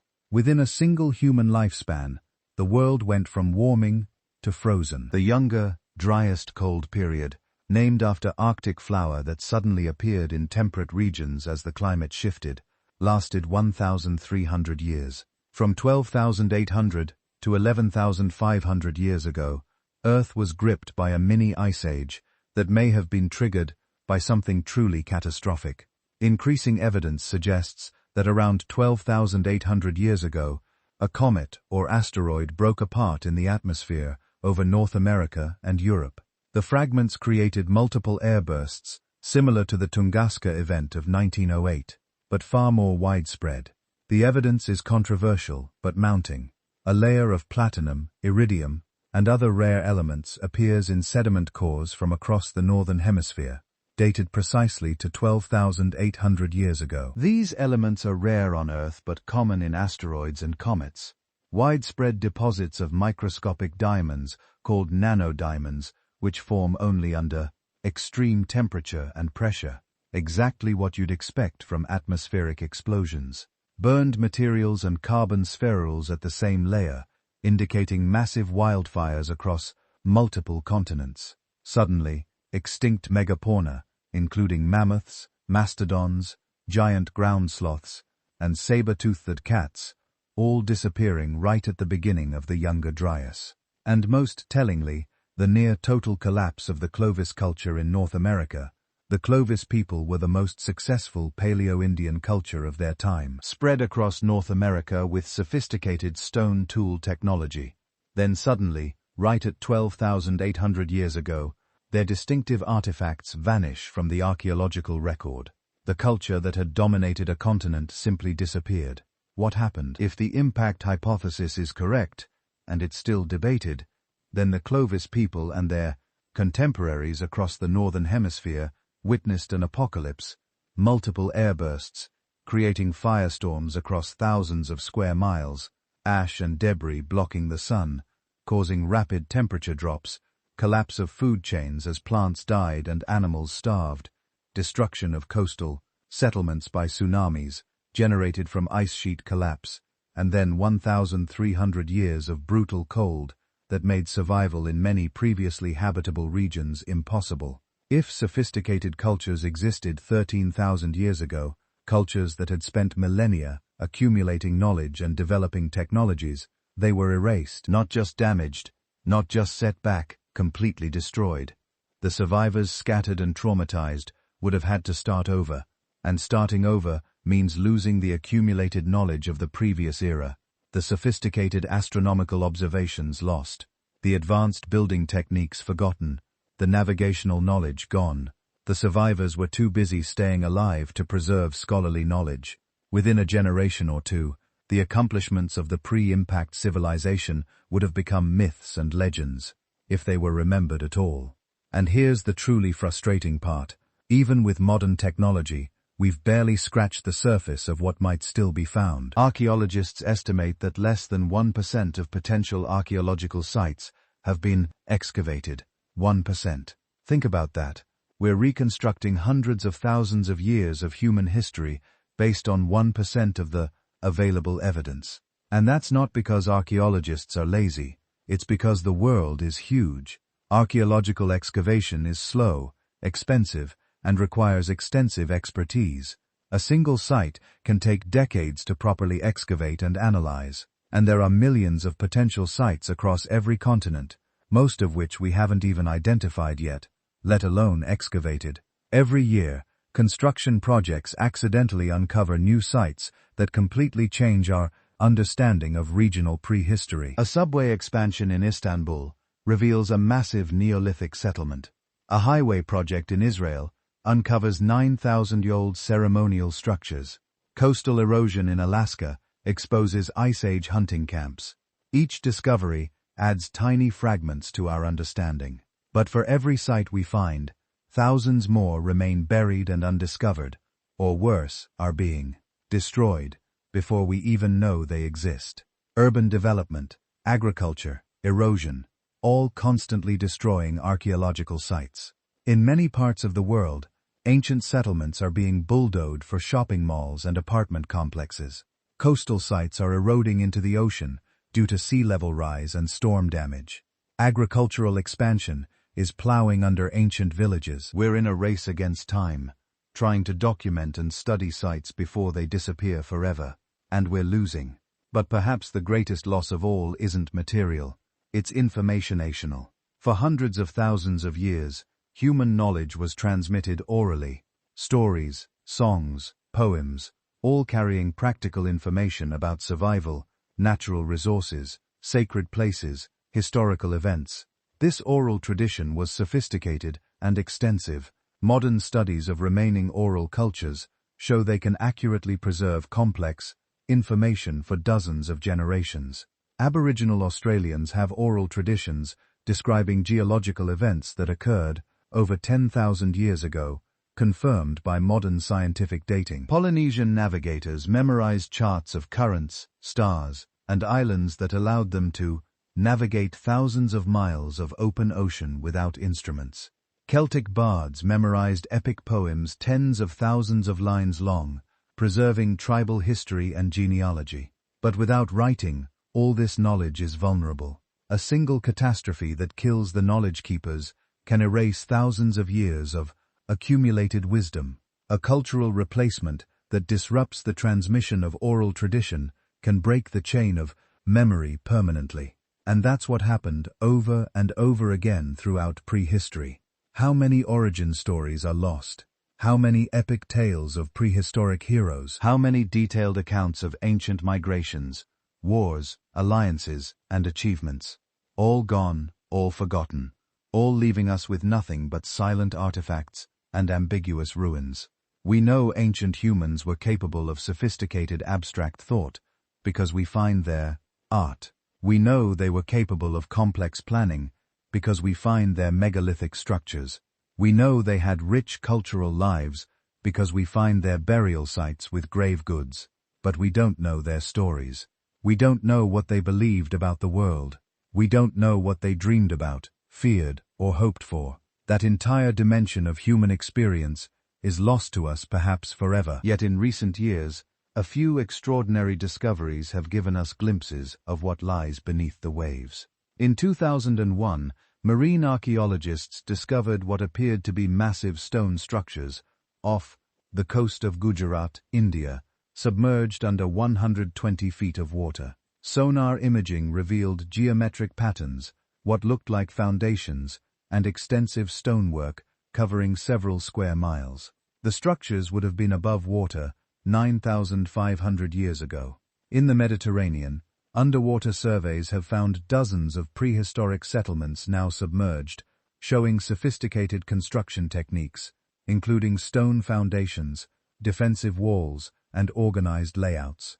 Off the coast of Japan, the controversial Yonaguni Monument remains a mystery. A massive stone structure with apparently carved steps, channels, and geometric shapes lying 100 feet underwater. Natural formation or human-made structure, the debate continues, but the possibility that it represents a 10,000-year-old construction is tantalizing. These underwater finds represent a fraction of what must exist on now submerged coastlines around the world.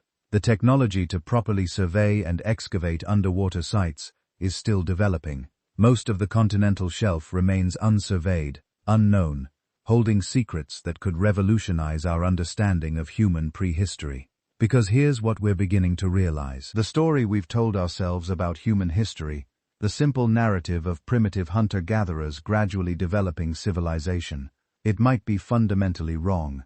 Not because our ancestors were more advanced than we thought, though they might have been, but because we're missing most of the story. The Great Forgetting wasn't a single event. It was a continuous process. Rising seas drowning coastal settlements, organic materials decomposing, population replacements erasing cultural memory, catastrophic climate events destroying accumulated knowledge, oral traditions breaking down as languages went extinct, and the simple passage of time grinding everything to dust. We're like detectives trying to solve a case where 99% of the evidence has been destroyed. The few clues we have are fragmentary, biased, and often misleading.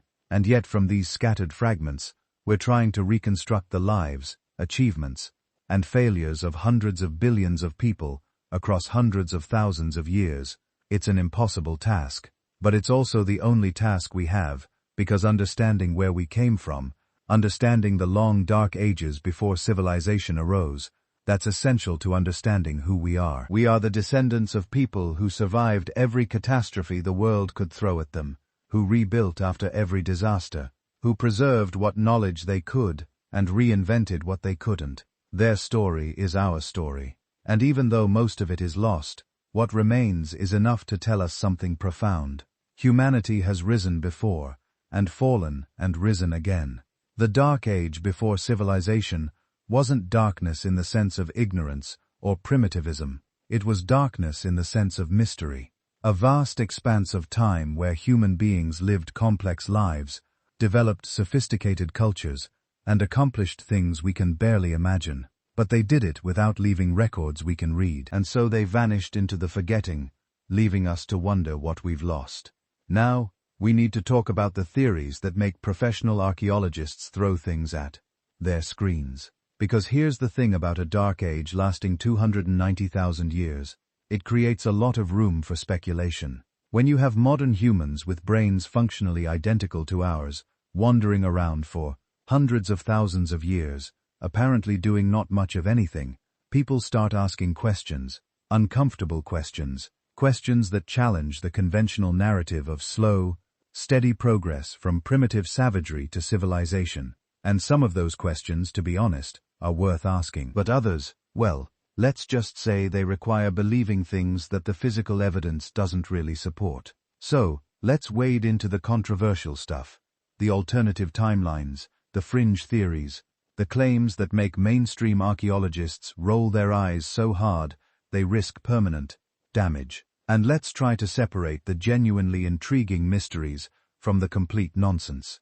We'll start with one of the oldest and weirdest theories about human evolution, the aquatic ape hypothesis. This idea, first proposed in the 1960s, suggests that somewhere between 8 and 4 million years ago, our ancestors went through an aquatic or semi-aquatic phase, that for some period of time, early humans lived primarily in and around water, wing in shallow coastal environments, diving for shellfish, maybe even swimming in the open ocean. The theory tries to explain some genuinely odd features of human anatomy. Why are we basically hairless compared to other apes? Because we evolved in water, and fur is a disadvantage for aquatic mammals. Why do we have a layer of subcutaneous fat like seals and dolphins? Aquatic adaptation. Why can we hold our breath so much longer than other primates? Why do human babies instinctively hold their breath when submerged? Why do we walk upright when it's so biomechanically awkward on land? All aquatic adaptations according to the hypothesis. And look, some of these observations are interesting. Humans are weird primates.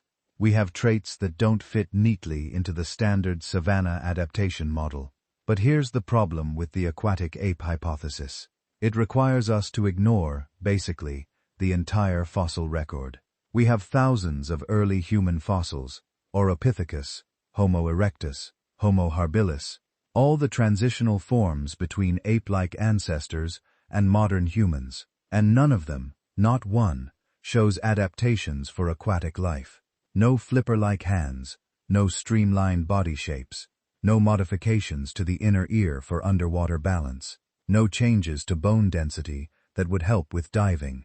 What the fossils do show is exactly what you'd expect from terrestrial primates, gradually adapting to life on the African savanna. Longer legs for walking, hands modified for tool use, changes to the pelvis for upright locomotion.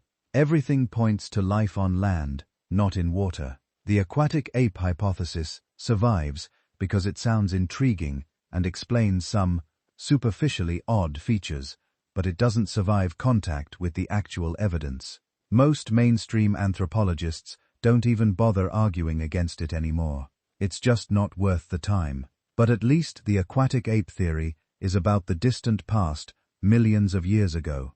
Things get really wild when we start talking about the more recent past, the period we're actually discussing in this documentary, the last few 100,000 years of human history. Because this is where we get claims of advanced Ice Age civilizations, lost continents, ancient high technology, sophisticated astronomical knowledge that supposedly shouldn't have existed.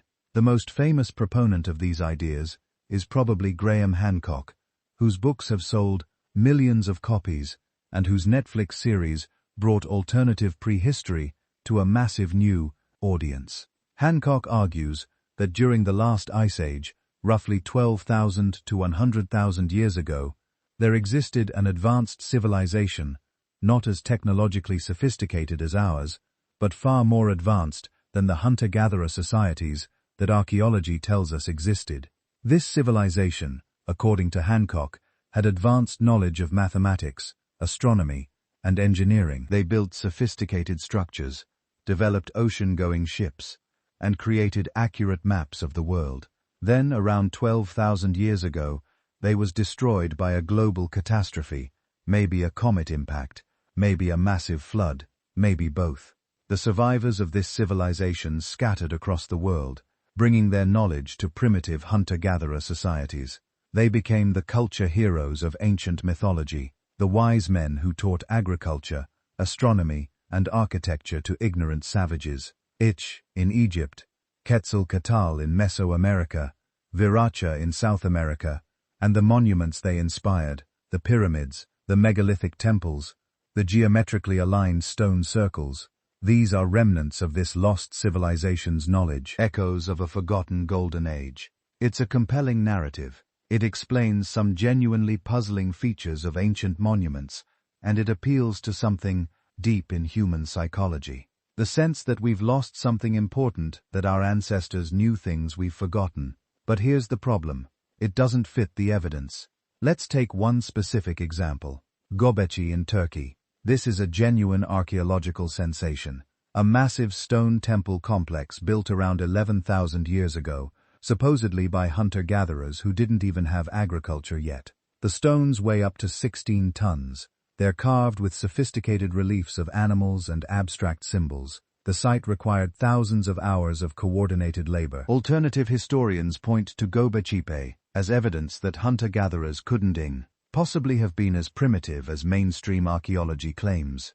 They argue it must have been built with knowledge inherited from an earlier, more advanced civilization. But archaeologists working at the site found something interesting. They found the quarries where the stones were cut. They found the tools used to carve them. Simple stone implements, exactly the kind that hunter-gatherers would have used. They found the remains of the feast sites where workers were fed wild game and gathered plants. No evidence of domesticated species. Most tellingly, they found evidence of the learning process. Earlier structures at Göbekli are cruder, less sophisticated. Later ones show increasing refinement and skill. This is exactly what you're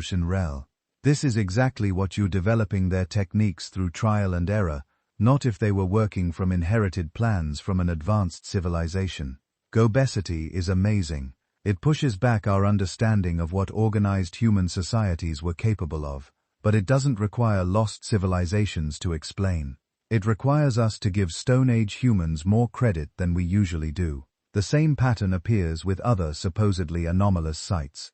The Great Pyramid of Giza. Yes, it's incredibly precisely aligned to cardinal directions. Yes, its dimensions encode mathematical relationships. But we also have extensive evidence of how it was built. Quarry marks, tool marks, worker villages, accounting records on papyrus. No advanced lost technology required. Just thousands of skilled workers using copper tools and a lot of patience. But what about those astronomical alignments? This is where things get genuinely interesting, because the truth is, many Paleolithic and Neolithic sites do show sophisticated astronomical knowledge. Stonehenge aligns with solstices. Newgrange in Ireland has a passage that's illuminated only on the winter solstice. Sites across Europe show alignments with star risings and lunar cycles. And this stuff is old. Really old. Newgrange dates to around 3200 BCE. That's older than the pyramids. Some stone circles in Britain might be even older, possibly dating back 5,000 years or more. So, what's going on? Did Stone Age people have advanced astronomical knowledge or not? The answer is yes, but we need to be careful about what we mean by advanced. Ancient people definitely paid close attention to the sky. They tracked the movements of the sun, moon, and stars. They recognized patterns and cycles. They used this knowledge for practical purposes, timing seasonal migrations, predicting the best times to hunt or gather, creating calendars for ritual events. And they encoded this knowledge in their monuments. Stones aligned with solstice sunrises, passage tombs designed to be illuminated on specific days, circles of stones that track lunar cycles. This is sophisticated. It requires careful observation over many generations. It requires mathematical thinking to predict celestial events. It requires engineering skill to create alignments that remain accurate over centuries. But it doesn't require advanced technology or lost civilizations. It just requires intelligent people who paid attention to the world around them and had reasons to track celestial cycles. The danger comes when we start seeing astronomical alignments everywhere, even where they probably don't exist. When we notice that 3 sides form a triangle and assume it must be intentional. When we measure the dimensions of ancient structures and find they can be expressed as ratios of pi or phi, and assume this must represent advanced mathematical knowledge rather than, basic geometry. This is confirmation bias in action. When you're looking for evidence of lost knowledge, you'll find it even in random data, especially in fragmentary archaeological records, where so much is missing or uncertain. Then there are the anomalous artifacts, the out-of-place objects that supposedly shouldn't exist according to conventional chronology. The Baghdad battery, a clay jar that some claim is a 2,000-year-old electrical cell, except it probably isn't. It's probably just a storage vessel, and when archaeologists try to replicate it as a battery, they get almost no electrical output. The Antikythera mechanism, an ancient Greek device with complex gearing that could predict astronomical positions. This one is actually real and genuinely sophisticated, but it's from around 100 BCE, well within the period of known advanced Greek science and mathematics. It's remarkable, but it doesn't require lost civilizations. It just requires us to acknowledge that ancient Greeks were really good at math and engineering. The Pyras map, a 16th-century Turkish map that supposedly shows Antarctica before it was ice-covered, suggesting knowledge from an ancient pre-Ice Age civilization. Except it doesn't actually show Antarctica accurately. It shows a confused coastline that could be misinterpreted as Antarctica if you squint really hard and ignore most of the details. Pattern after pattern, artifact after artifact, things that seem mysterious until you examine them carefully, and then they turn out to have mundane explanations. But there is one controversial theory that has more scientific support than mainstream archaeology wants to admit: the Younger Dus impact hypothesis. About 12,800 years ago, the Earth was emerging from the last ice age. Global temperatures were rising, ice sheets were melting, human populations were expanding. Then suddenly, dramatically, temperatures plunged. Within decades, the world was thrown back into near glacial conditions. This period lasted about 1,200 years and is called the Younger Dus. For decades, scientists assumed this was just a natural fluctuation in climate patterns. Maybe changes in ocean currents, maybe volcanic eruptions, random climate variability. But in the early 2000s, researchers started finding something weird. A thin layer of sediment dating to the start of the Younger Dus that contains unusual materials. Nanodiamonds which form under extreme temperatures and pressures. Iridium, which is rare on Earth but common in asteroids. Microscopic spherules of melted rock. Carbon spherules from massive fires. Platinum anomalies. This is the signature of an impact event. A comet or asteroid breaking up in the atmosphere and detonating over North America, Europe, and possibly other regions.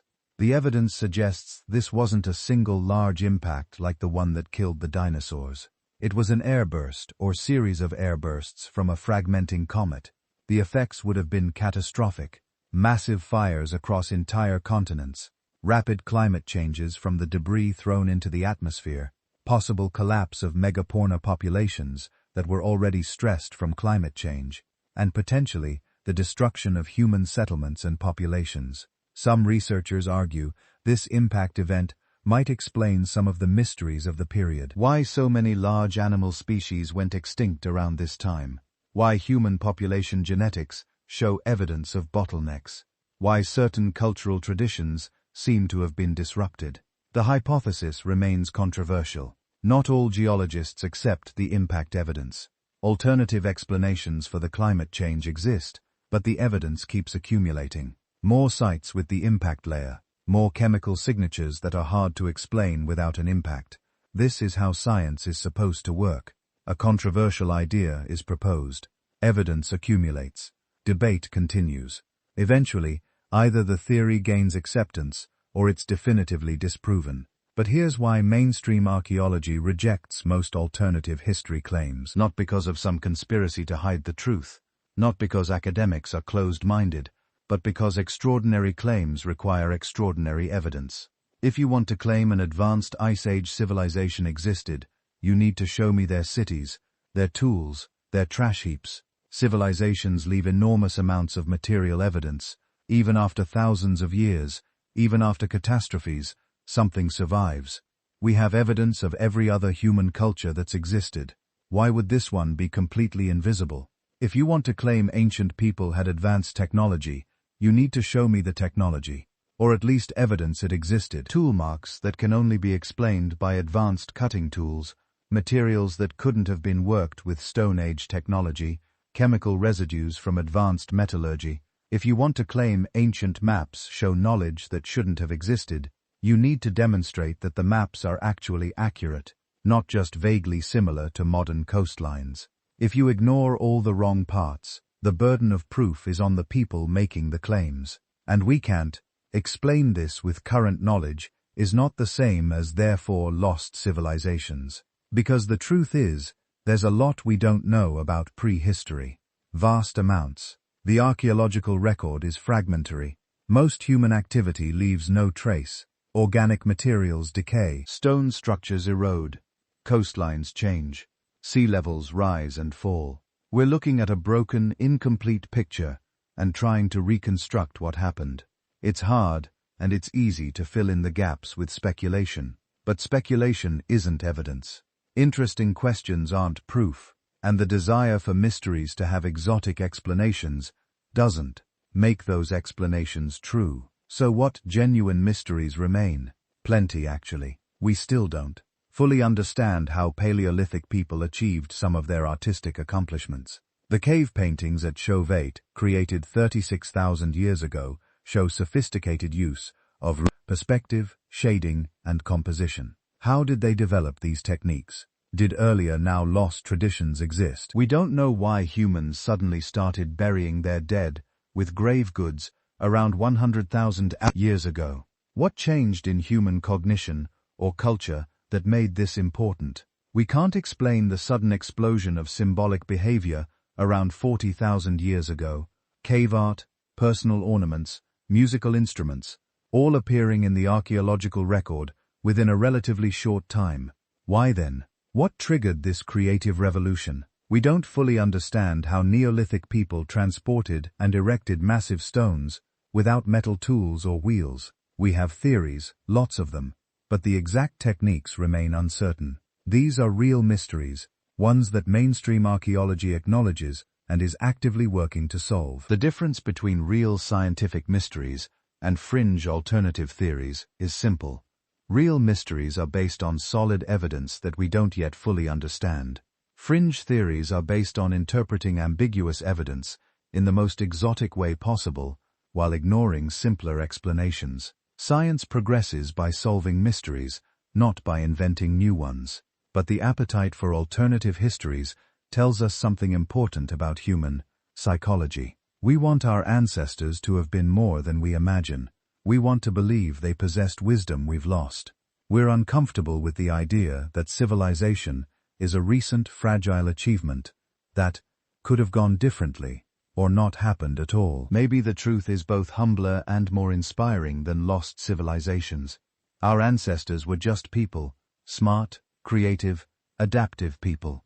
They didn't have advanced technology.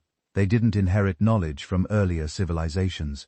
They figure things out themselves, slowly through trial and error, through careful observation of nature, through tens of thousands of years of accumulated experience, and eventually, finally, they created us. That's the real miracle. Not that some lost civilization gave them knowledge, but that they developed it themselves from nothing, starting with stone tools and fire, and building generation by generation towards something unprecedented. The Dark Age before civilization wasn't dark because knowledge was lost. It was dark because knowledge was still being created slowly, painfully, with countless dead ends and failures. And when it finally ended, when civilization finally emerged, it wasn't because someone remembered ancient secrets. It was because after 290,000 years of trying, humans finally figured it out.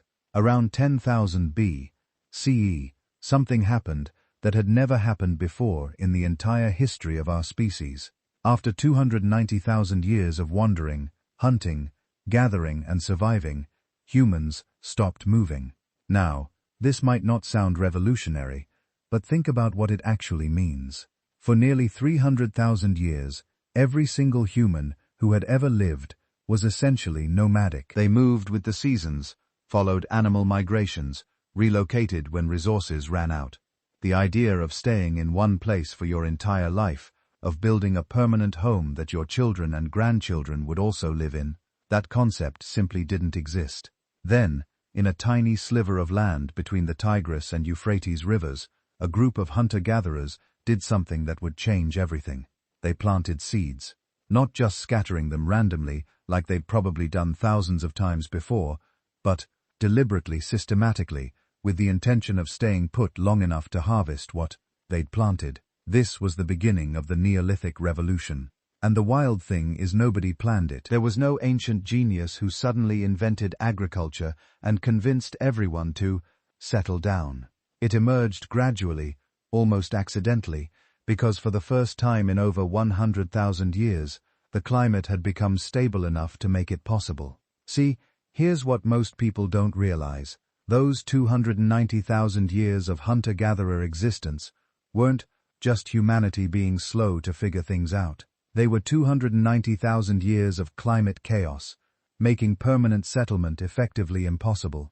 The Ice Age world was violently unstable. Temperatures could shift dramatically within a single human lifetime. Rainfall patterns were unpredictable. Rivers changed course. Lakes appeared and disappeared. Forests turned to grasslands and back again. If you tried to settle down and grow crops in that environment, you'd starve. One year the rains wouldn't come. The next year, they'd come too much and flood everything. The wild animals you depended on would migrate away and not return. Your permanent village would become a death trap. So humans stayed mobile, not because they were primitive, but because mobility was the only rational survival strategy in an unstable world. Then, around 11,700 years ago, everything changed. The last ice age ended, and Earth entered what geologists call the Holocene epoch. But this wasn't just another climate shift. The Holin was different. It was stable, year after year, decade after decade, century after century. The climate patterns became predictable. The monsoons arrived on schedule. Rivers flowed consistently. Growing seasons became reliable. For the first time in human history, you could plant seeds in the spring and be reasonably confident you'd be able to harvest them in the fall. Not just this year, but next year and the year after that. This stability created a window of opportunity, and humans, those descendants of bottleneck survivors who'd been refined by 117,000 years of crisis and 290,000 years of adaptation, they recognized it and seized it immediately. In the Fertile Crescent, that arc of land stretching from modern day through Syria and down to Israel, small groups of hunter-gatherers began experimenting with wild grains. Emmer wheat, einkorn wheat, barley. These plants grew naturally in the region, and people had been harvesting them, opportunistically for thousands of years. But now they started noticing patterns. The seeds that fell near their campsites would sprout the next year. The areas they cleared for temporary shelters would produce denser grain growth. Within just a few hundred years, they went from casually collecting wild plants to deliberately planting and tending them. They learned to select seeds from the best plants, creating the first domesticated crops. They built permanent structures to store their harvests. They constructed the first granaries, the first evidence of humans planning, not just days or weeks ahead, but months and years. And here's where it gets really wild. The transition from first agriculture to actual cities happened shockingly fast. In evolutionary terms, it was basically instantaneous. Around 9600 BCE, just 400 years after agriculture began, humans built Göbekli in modern Turkey. This wasn't a village. This was a massive ceremonial complex with carved stone pillars weighing up to 20 tons, decorated with sophisticated artwork depicting animals and abstract symbols. This means that within just a few generations of settling down, humans had developed the social organization, architectural knowledge, and engineering skills to create monumental architecture. They'd gone from sleeping in temporary shelters to building structures that still stand, 11,000 years later. By 7400 BCE, Çatalhöyük had emerged in central Turkey. This was a genuine city, home to perhaps 8,000 people living in densely packed mud brick houses. They had art, religion, long-distance trade networks, bringing obsidian from hundreds of miles away. They had specialized craftspeople, social hierarchies, all the hallmarks of complex civilization. 3,000 years from first agriculture to cities. After 290,000 years of hunting and gathering, humans assembled civilization in less time than has passed since the invention of writing. But here's what's truly mind-blowing. This wasn't a unique event that spread from one location. Agriculture was invented independently, at least 7 different times in 7 completely isolated regions around the world, all within a few thousand years of each other. In China, around 9000 BCE, people along the Yellow River began cultivating millet and rice. They had no contact with Middle Eastern farmers.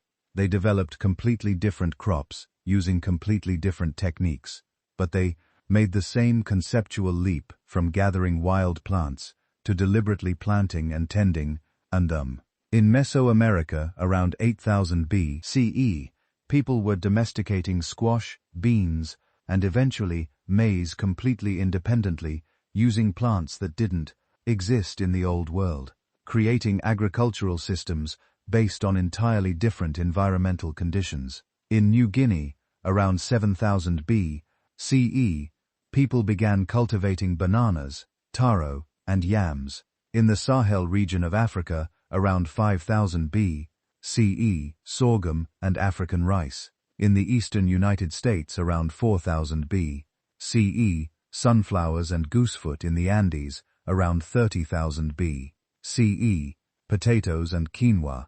7 separate agricultural revolutions. 7 independent discoveries that settling down and growing food was possible and advantageous, all happening within a 6,000-year window after the climate stabilized. This can't be coincidence. This tells us something profound about what had prevented civilization from emerging earlier. It wasn't that humans weren't smart enough or socially developed enough. Our ancestors 50,000 years ago had the same brains we do. They were just as intelligent, just as innovative, just as capable of abstract reasoning. What they didn't have was a stable climate. The moment Earth's climate stabilized, humans all over the world, with no contact between them, immediately figured out agriculture and started building civilizations. The capability had always been there. Only the opportunity was missing. And once that opportunity arrived, the changes accelerated beyond anything the world had ever seen. Because agriculture did something unprecedented, it created food surplus.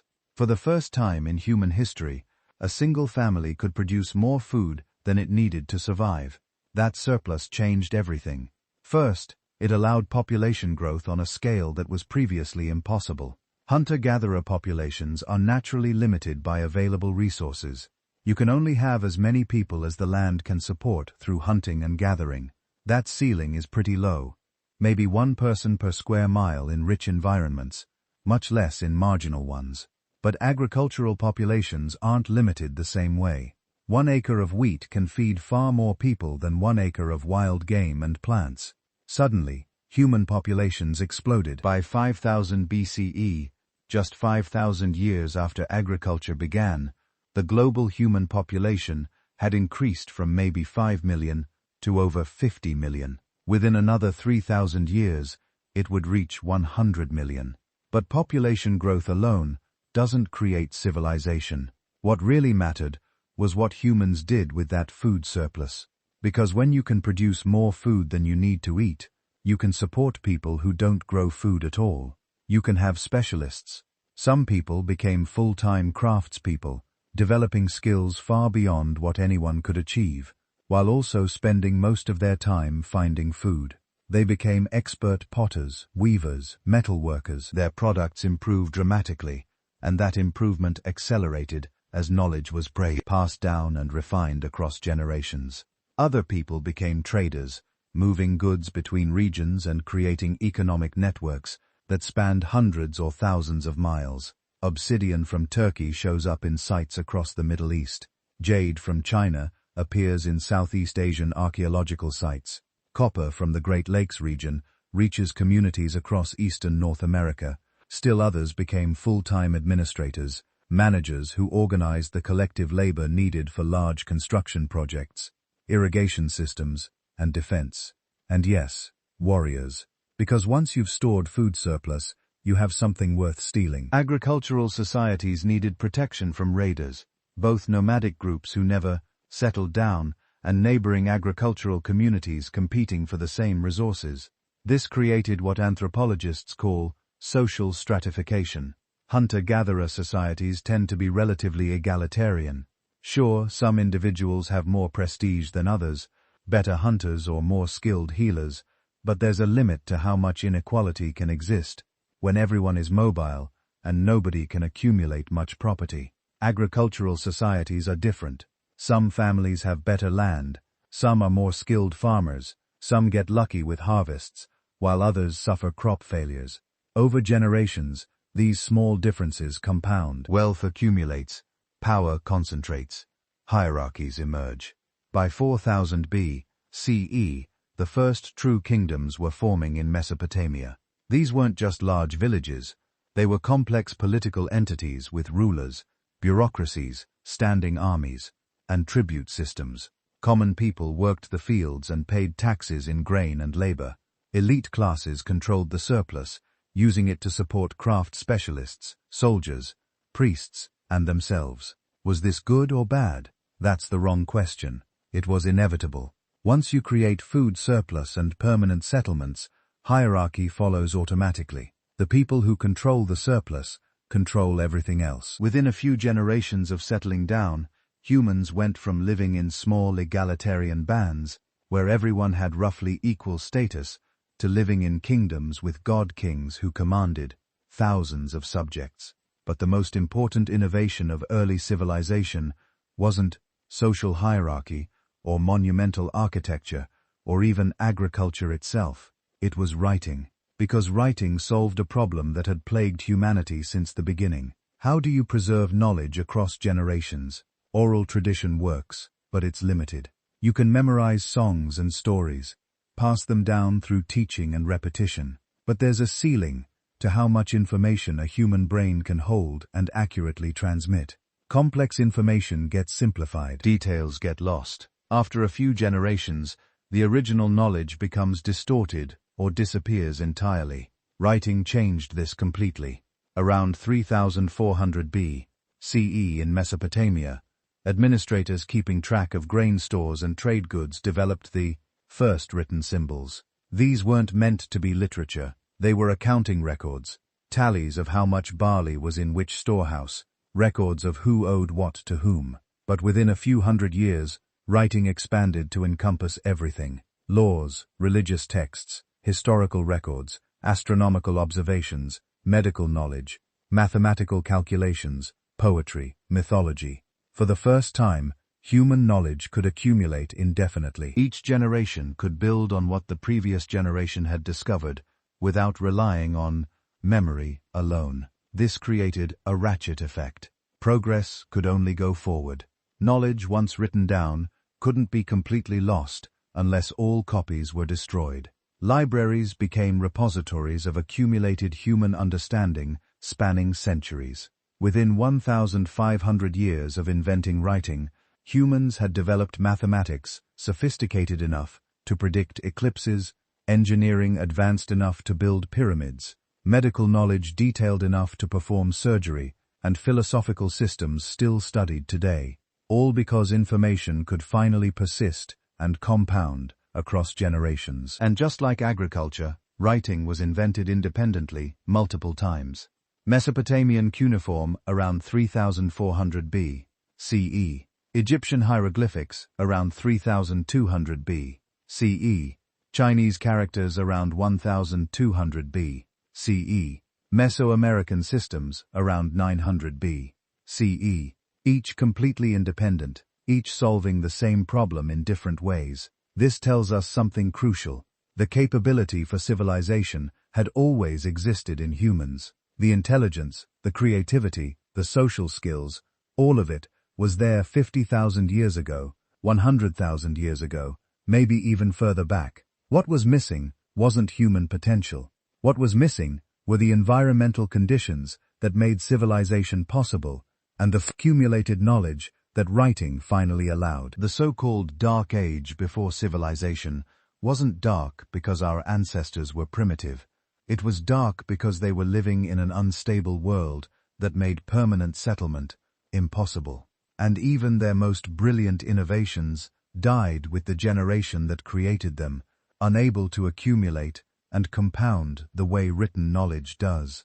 When the climate stabilized, when the Holin began, humans didn't slowly develop civilization over tens of thousands of years.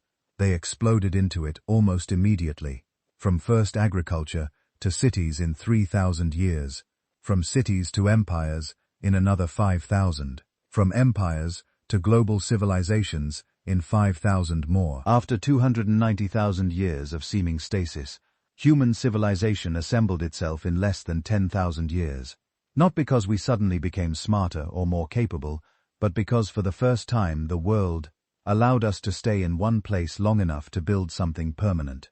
And once we started building, we never stopped. The Dark Age had finally ended.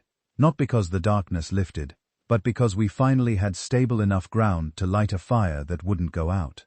And that fire, once lit, would illuminate everything that came after. So here we are at the end of this journey through the darkest chapters of human history.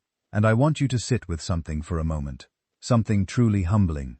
95% of human existence is just gone. Not forgotten, but never recorded in the first place. 300,000 years of modern humans, and we can only reconstruct the tiniest fraction of their experiences.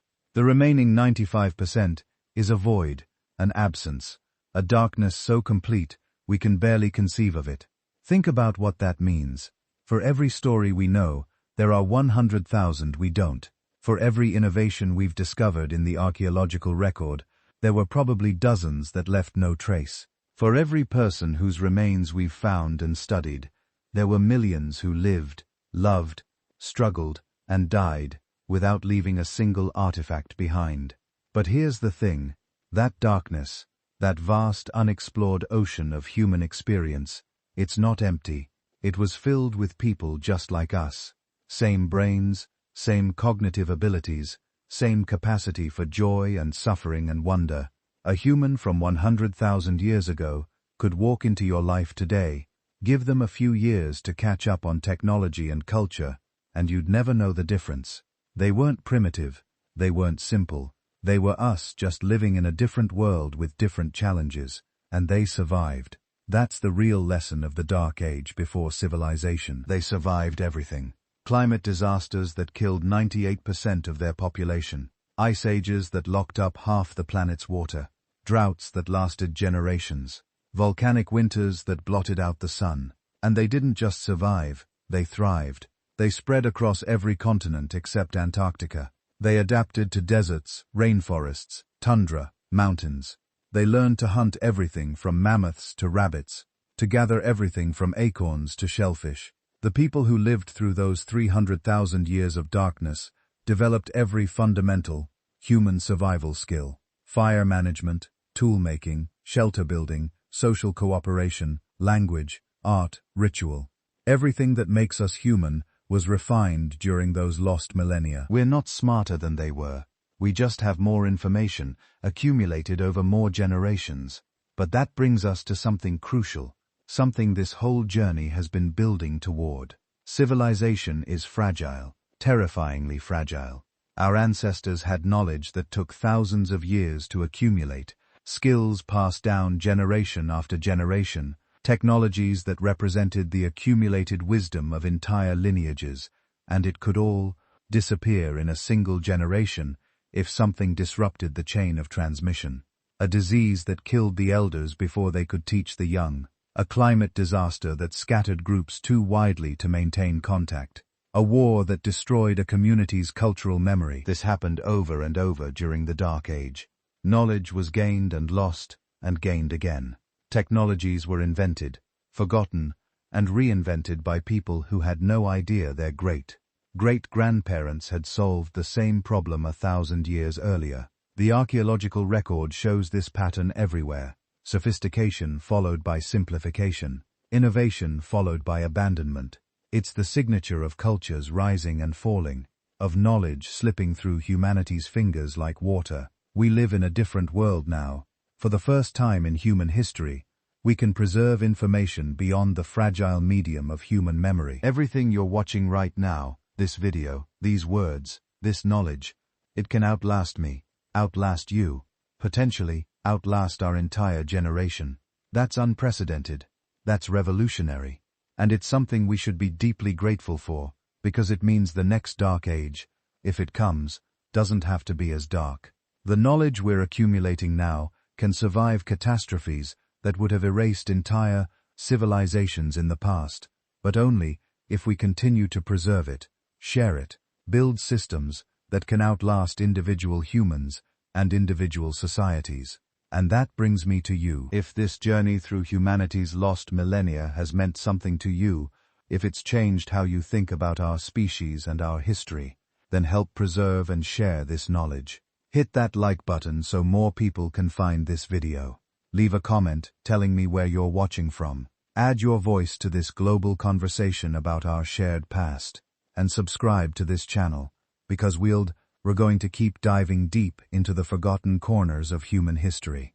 Keep exploring the stories that shaped us.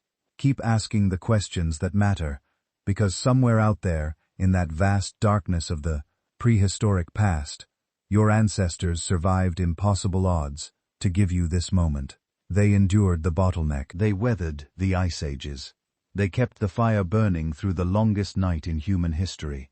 They never knew their names would be forgotten, that their stories would dissolve into the archaeological record like footprints in ancient sand. But they lived, they mattered, and they made you possible. That's worth remembering. That's worth preserving. That's worth sharing. The Dark Age before civilization lasted 300,000 years. Let's make sure the Age of Knowledge lasts even longer.